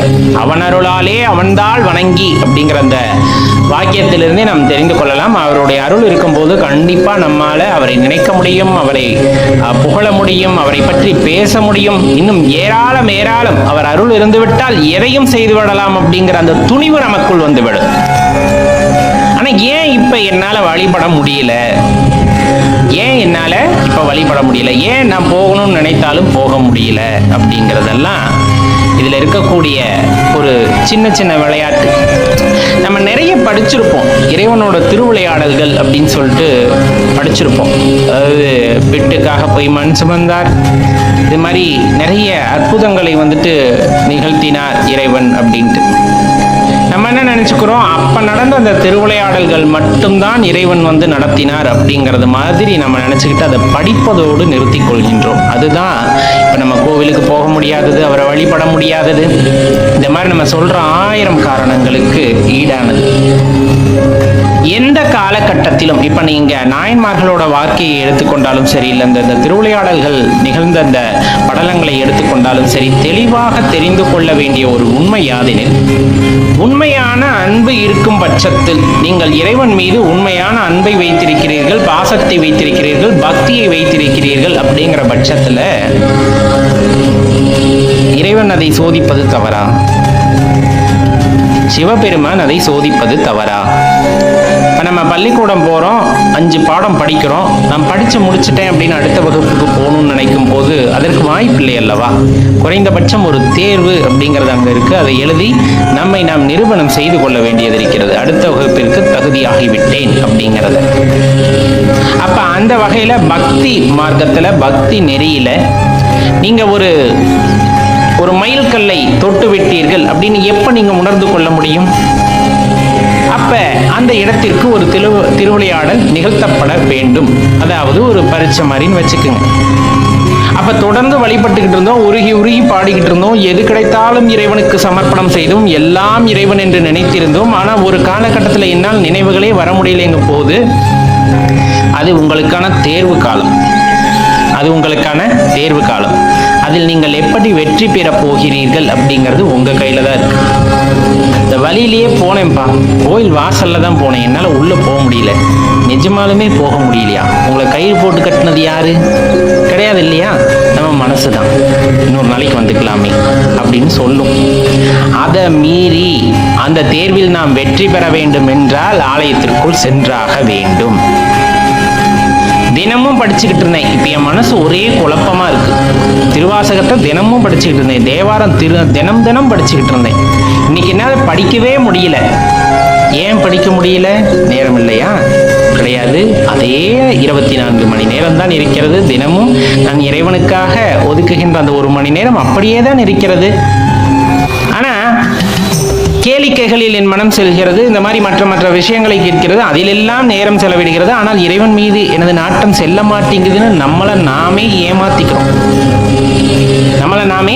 ஏமாத்திக்கிறோம். அந்த உண்மையை தெளிவாக புரிந்து கொள்ள வேண்டும். காலையில விளக்கேற்றி வைத்து இறைவனை பாட வேண்டும் அப்படின்னு இருந்தா எப்படி இருந்தாலும் பாடணும். உட்கார்ந்து நம்ம இறைவன் மீது நமது அந்த நினைவுகளை செலுத்தி, நான் உன்னை பற்றி பாட வேண்டும், நீ என் நாவிலிருந்து பாடு, நீயே உன்னை பாடிக்கொள் அப்படின்ட்டு சங்கல்பம் செய்து கொண்டு பாட ஆரம்பித்து விட வேண்டும். நம்ம புகழ ஆரம்பித்து விட வேண்டும், அவரை பற்றி நினைக்க ஆரம்பித்து விட வேண்டும். கோவிலுக்கு போக முடியல, நினைக்க முடியல, பாடல் பாட முடியல, இது எல்லாம் உனக்கான சோதனை அப்படிங்கிறதையும் தெரிந்து கொள்ள வேண்டும். அந்த சோதனையை தாண்டி நீ என்ன வேணாலும் பரீட்சை வச்சு பாரு. இறைவன்கிட்ட சில பேர் பேசுவாங்க, நீ என்ன வேணாலும் பரீட்சை வச்சுப்பாரு. பரீட்சை வைக்கிறதும் நீ தான், பரீட்சையை எழுதுறதும் நீ தான், பரீட்சையில பாஸ் போடுறதும் நீ தான். அப்புறம் ஏன் நான் கவலைப்பட போறேன் அப்படிங்கிற நினைப்புல எந்த ஒரு கஷ்டம் வந்தாலும் அந்த நமசிவாயங்கிற மந்திரத்தை மறவாத மனம் பல மனம் உண்டு. அவங்கெல்லாம் இந்த வார்த்தையை என்னைக்குமே சொல்ல மாட்டாங்க. என்னால கோவிலுக்கு போக முடியல, என்னால இறைவனை மறந்த நிலையில் இருக்க முடிகிறது அப்படிங்கிறதெல்லாம், அதாவது நினைக்க முடியல அப்படிங்கிறதெல்லாம் ரொம்ப ஒரு விசித்திரமான ஒண்ணா இருக்கும் அவங்க கிட்ட. ஏன்னா அவங்க கிட்ட இருந்த அந்த நினைவை நீக்கவே முடியாது. எப்பவுமே அந்த பஞ்சாட்சரம், எப்பவுமே சிவா. மற்றவங்களை கூப்பிடும் போது கூட அவங்களோட பேரே மறந்துருக்கும். ஏன்னா அவங்கள சிவனா பார்க்க ஆரம்பிச்சிடறாங்க. சிவா அப்படின்ற வார்த்தை தான் மற்றவங்கள சொல்லும் போதும் கூட ஒரு நொடி பொழுதும் அவரை நினைவில் இருந்து தவறக்கூடாது அப்படின்னு நினைக்கக்கூடிய அடியார்கள் ஏராளம். அப்ப நம்ம அந்த பக்குவ நிலைக்கு வர வேண்டும் அல்லவா? அதற்காகத்தான் இறைவன் முதல் கட்ட சோதனையை அங்கு ஆரம்பிக்கின்றார். உன்னால் என்னை மறந்து இருக்க முடியுமா? உன்னால் என்னை நினையாமல் இருக்க முடியுமா? அப்படிங்கிற மாதிரியான சோதனைகள் ஆரம்பத்தில் ஏற்படுகிறது என்றால், அதெல்லாம் என்னால முடியாது, நான் அப்படித்தான் வருவேன், நான் அப்படித்தான் உன்னை பத்தி நினைப்பேன். நீ என்னதான் என்னை மறக்க வச்சாலும் உன்னை மறந்து நான் தூங்க மாட்டேன். ஒரு நாளைக்கு ஒரு முறையாவது உன்னை நினைக்க வேண்டும். அவ்வாறு நான் நினைக்கின்றேன் அப்படிங்கும் போது நீ என்னோடய இருக்க வேண்டும். நீங்க என்னோட இருக்கிற அப்படின்னா உன்னோட நினைவுகள் என்னிலிருந்து அகலக்கூடாது அப்படிங்கிற மாதிரியான அந்த திடமான ஒரு முடிவு நம்முள் இருக்கும் பொழுது அவர் நம்மை நீங்குவதில்லை. பரீட்சைக்கான கேள்வித்தாளையும் கொடுத்து இப்படி ஒரு உறுதியான மனநிலையில் நீங்கள் இருக்கும்போது அந்த பரீட்சைக்கான விடையும் அவரே எழுதி அந்த பரீட்சை பேப்பரையும் அவரே திருத்தி உங்களை பாஸ் போட்டு அடுத்த கட்டத்துக்கு கூட்டிட்டு போயிடுவார். அப்ப உறுதியான மனதுடன் செயல்படுங்கள். நம்மை நாமே ஏமாற்றிக் கொள்ளக்கூடாது. இப்ப நம்ம சொல்ற இந்த சாக்கு போக்கெல்லாம் நம்மை நாமே ஏமாற்றிக் கொள்வதற்கான விஷயங்கள். தினமும் சாமி கும்பிட்றனால அழுத்து போய் விடுகிறதா? ஒரே ஒரு விஷயம், தினமும் சாப்பிட்றோம், சாப்பாடு அழுத்து போறதில்லை. தினமும் காலையில் எந்திரிக்கிறோம், வேலைக்கு போகிறோம், அது அழுத்து போறதில்லை. தினம் தினம் சம்பாதிக்கிறோம், காசை பார்த்தா எல்லாம் மறந்துடுது, அது அழுத்து போறதில்லை.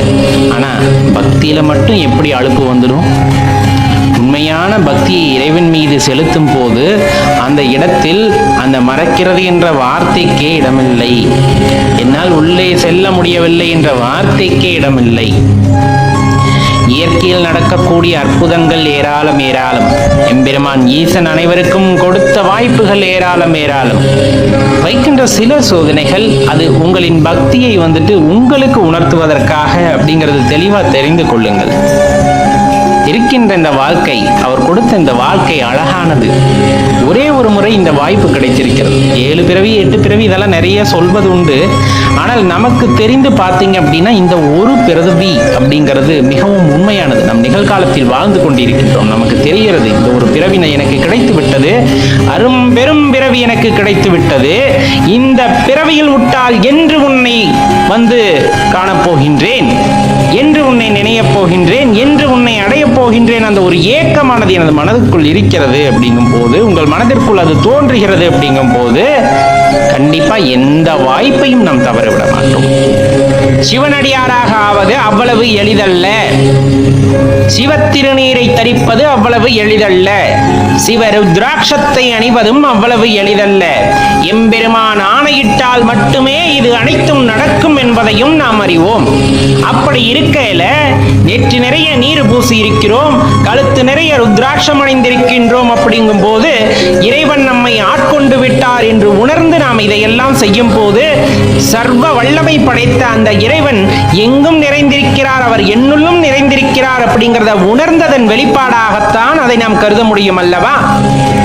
அன்பின் உருவமான இறைவன் எங்கும் வியாபித்திருக்கிறார் அப்படிங்கும் போது அனைத்து உயிர்களிலும் சிவத்தை காண்பதே சிறந்ததாக இருக்கும் அப்படிங்கிறத மறுப்பதற்கில்லை. சிவனடியார்களாக ஆகிவிட்டவர்கள் எப்பொழுதுமே பஞ்சாட்சரம் சொல்லிக் கொண்டிருக்க வேண்டும், எப்பொழுதுமே இறைவன் நாமத்தை பாடிக்கொண்டிருக்க வேண்டும், அவரது புகழை பாடிக்கொண்டிருக்க வேண்டும், சிவனடியார்களுக்கு தொண்டு செய்ய வேண்டும், சிவாலய பணிகளை செய்ய வேண்டும் அப்படிங்கிற அந்த ஒரு ஏக்கத்திலேயே எப்பொழுதுமே வாழ்ந்து கொண்டிருப்பார்கள். அது ஒரு ஏக்கம்தான், தனியாததாக எப்பொழுதும் அவர்களுக்குள்ளே இருந்து கொண்டிருக்கும். அவர்களுக்கு வாழ்க்கையில் பெரிய இலக்கு அப்படிங்கிறது என்னவா இருக்கும்னா, இறைவனை அடைய வேண்டும், நான் எப்பொழுது உன்னை அடைய போகின்றேன் இறைவா அப்படிங்கிற அந்த ஒரு ஏக்கம் தான் அவர்களின் வாழ்க்கையில் இலக்காகவே இருக்கும். அவ்வளவு சாத்தியமான விஷயமா? உள்ளூர அன்பு பொங்கி இறைவன் அந்த அன்பில் மயங்கி ஏற்றுக்கொள்வார் என்ற நம்பிக்கையில் விடாப்பிடிவாதமாக அந்த சிவ பஞ்சாட்சரத்தை தொடர்ந்து சொல்லிக் கொண்டே இருப்பதன் மூலமாக அதை உறுதி செய்கின்றோம். எல்லாத்துக்குமே சந்தோஷம் அப்படிங்கிறது ஒவ்வொரு இடத்துல இருக்கும். ஆனா சிவபக்தர்களுக்கு சந்தோஷம் அப்படிங்கிறது சிவனை நினைப்பதில் மட்டுமே இருக்கும், வேறு எதுவுமாக இருக்காது. எல்லாத்துக்குமே தெரிஞ்ச ஒரு விஷயம்தான், சிவனோட கடைக்கண் பார்வை பட்டுவிட்டால் போதும், வேற எதுவுமே வேண்டாம். ஐயா, உன்னோட கடைக்கண் பார்வை பட்டுவிட்டால் அதுவே எனக்கு மிகுந்த ஆனந்தம். உன்னுடைய பார்வை எனக்கு கிடைக்கவில்லை என்றால் இதுதான் நரகம், நான் வாழ்கின்ற இந்த உலகமே நரகமாகும் அப்படிங்கிற அந்த எண்ணமானது எப்பொழுதுமே நமது மனதுக்குள் இருந்து கொண்டே இருக்கும். அவர் கடைக்கண் பார்வைக்காக நாம் ஏங்கி ஏங்கி ஐயனை புகழ்ந்து பாடி அவரை நினைத்து நினைத்து உருகி அவரனுள்ளே கலக்க வேண்டும் என்ற ஏக்கத்தில் துடிதுடித்துக் கொண்டிருக்கின்றோம். அதையெல்லாம் இறைவன் எப்படி கருணை காட்டி நம்மை ஏற்றுக்கொள்வார் அப்படிங்கிறதுக்காகத்தான் பொறுத்து காத்து கொண்டிருக்கின்றோம். சரியான நேரம் வரும் பொழுது அவர் நம்மை ஆட்கொண்டு அவருடன் இரண்டரை கலக்கச் செய்வார் அப்படிங்கிறதுல எந்த தயக்கமும் எந்த சந்தேகமும் நமக்கு வேண்டாம். ஒரே ஒரு விஷயம்தான், நம்ம மனசுல இருக்கிறது என்ன பெரிய ஒரு குறிக்கோளாக இருக்கும் அப்படின்னா, ஐயா எல்லாத்துக்குமே உயிர் பிரியும், இந்த கூடானது தற்காலிகமானது தான், இந்த கூட்டை விட்டு இந்த உயிர் பிரியும், அதில் எந்த மாற்று கருத்தும் இல்லை. இந்த கூட்டை விட்டு உயிர் பிரியும் அந்த நொடியில் கூட நான் உன்னை நினைத்துக் கொண்டிருக்க வேண்டும், சிவமே என்று உன்னை பற்றி யோசித்துக் கொண்டிருக்க வேண்டும், சிவத்தின் புகழை பாடிக்கொண்டிருக்க வேண்டும், சிவநாமத்தை சொல்லிக் கொண்டிருக்க வேண்டும், உன் பாதத்தில் தான் என் உயிர் பிரிய வேண்டும் என்ற ஏக்கம் எனக்குள் இருக்கிறது ஐயா. ஒரு இழிப்பிறவியாக பிறந்து நான் உன்னை பற்றியே நினைத்து உன்னை பற்றியே பாடி உன்னை பற்றியே பேசி வாழ்கின்றேன். அப்படி பேசுகின்ற இந்த அடியானுக்கு உனது பாதத்தில் ஒரு இடம் கிடைக்காதா என்ற ஏக்கம் எப்பொழுதுமே இருந்து கொண்டிருக்கும். 1000 பேர் வந்து 1000 சொல்லட்டும், எவர் என்ன கூறினாலும் எனக்கு உயர்ந்தவர் நீயே, நீயே எனது தலைவன் என்று உன்னை சரணடைந்து உன் பாதத்தில் கிடப்பேன் அன்றி வேறு யார் பாதத்தையும் பணிய மாட்டேன். அந்த குணத்தை எனக்கு கொடுத்தாய், உன் மீது பாசம் வைக்கவும் பற்று வைக்கவும் அதே போல் உன் மீது அன்பு காட்டவும் எனக்கு கற்றுக் கொடுத்தாய். இதையெல்லாம் கற்றுக் கொடுத்த நீ என்னை ஆட்கொண்டு உன்னுடன் இரண்டர கலக்கச் செய்வது என்னாலோ என்று வேண்டி கிடக்கின்றேன் இறைவா. கொஞ்சம் உன் கடைக்கண் பார்வை காட்ட மாட்டாயா என்றுதான் ஏங்கி தவித்துக் கொண்டிருக்கின்றேன். நம சிவாய.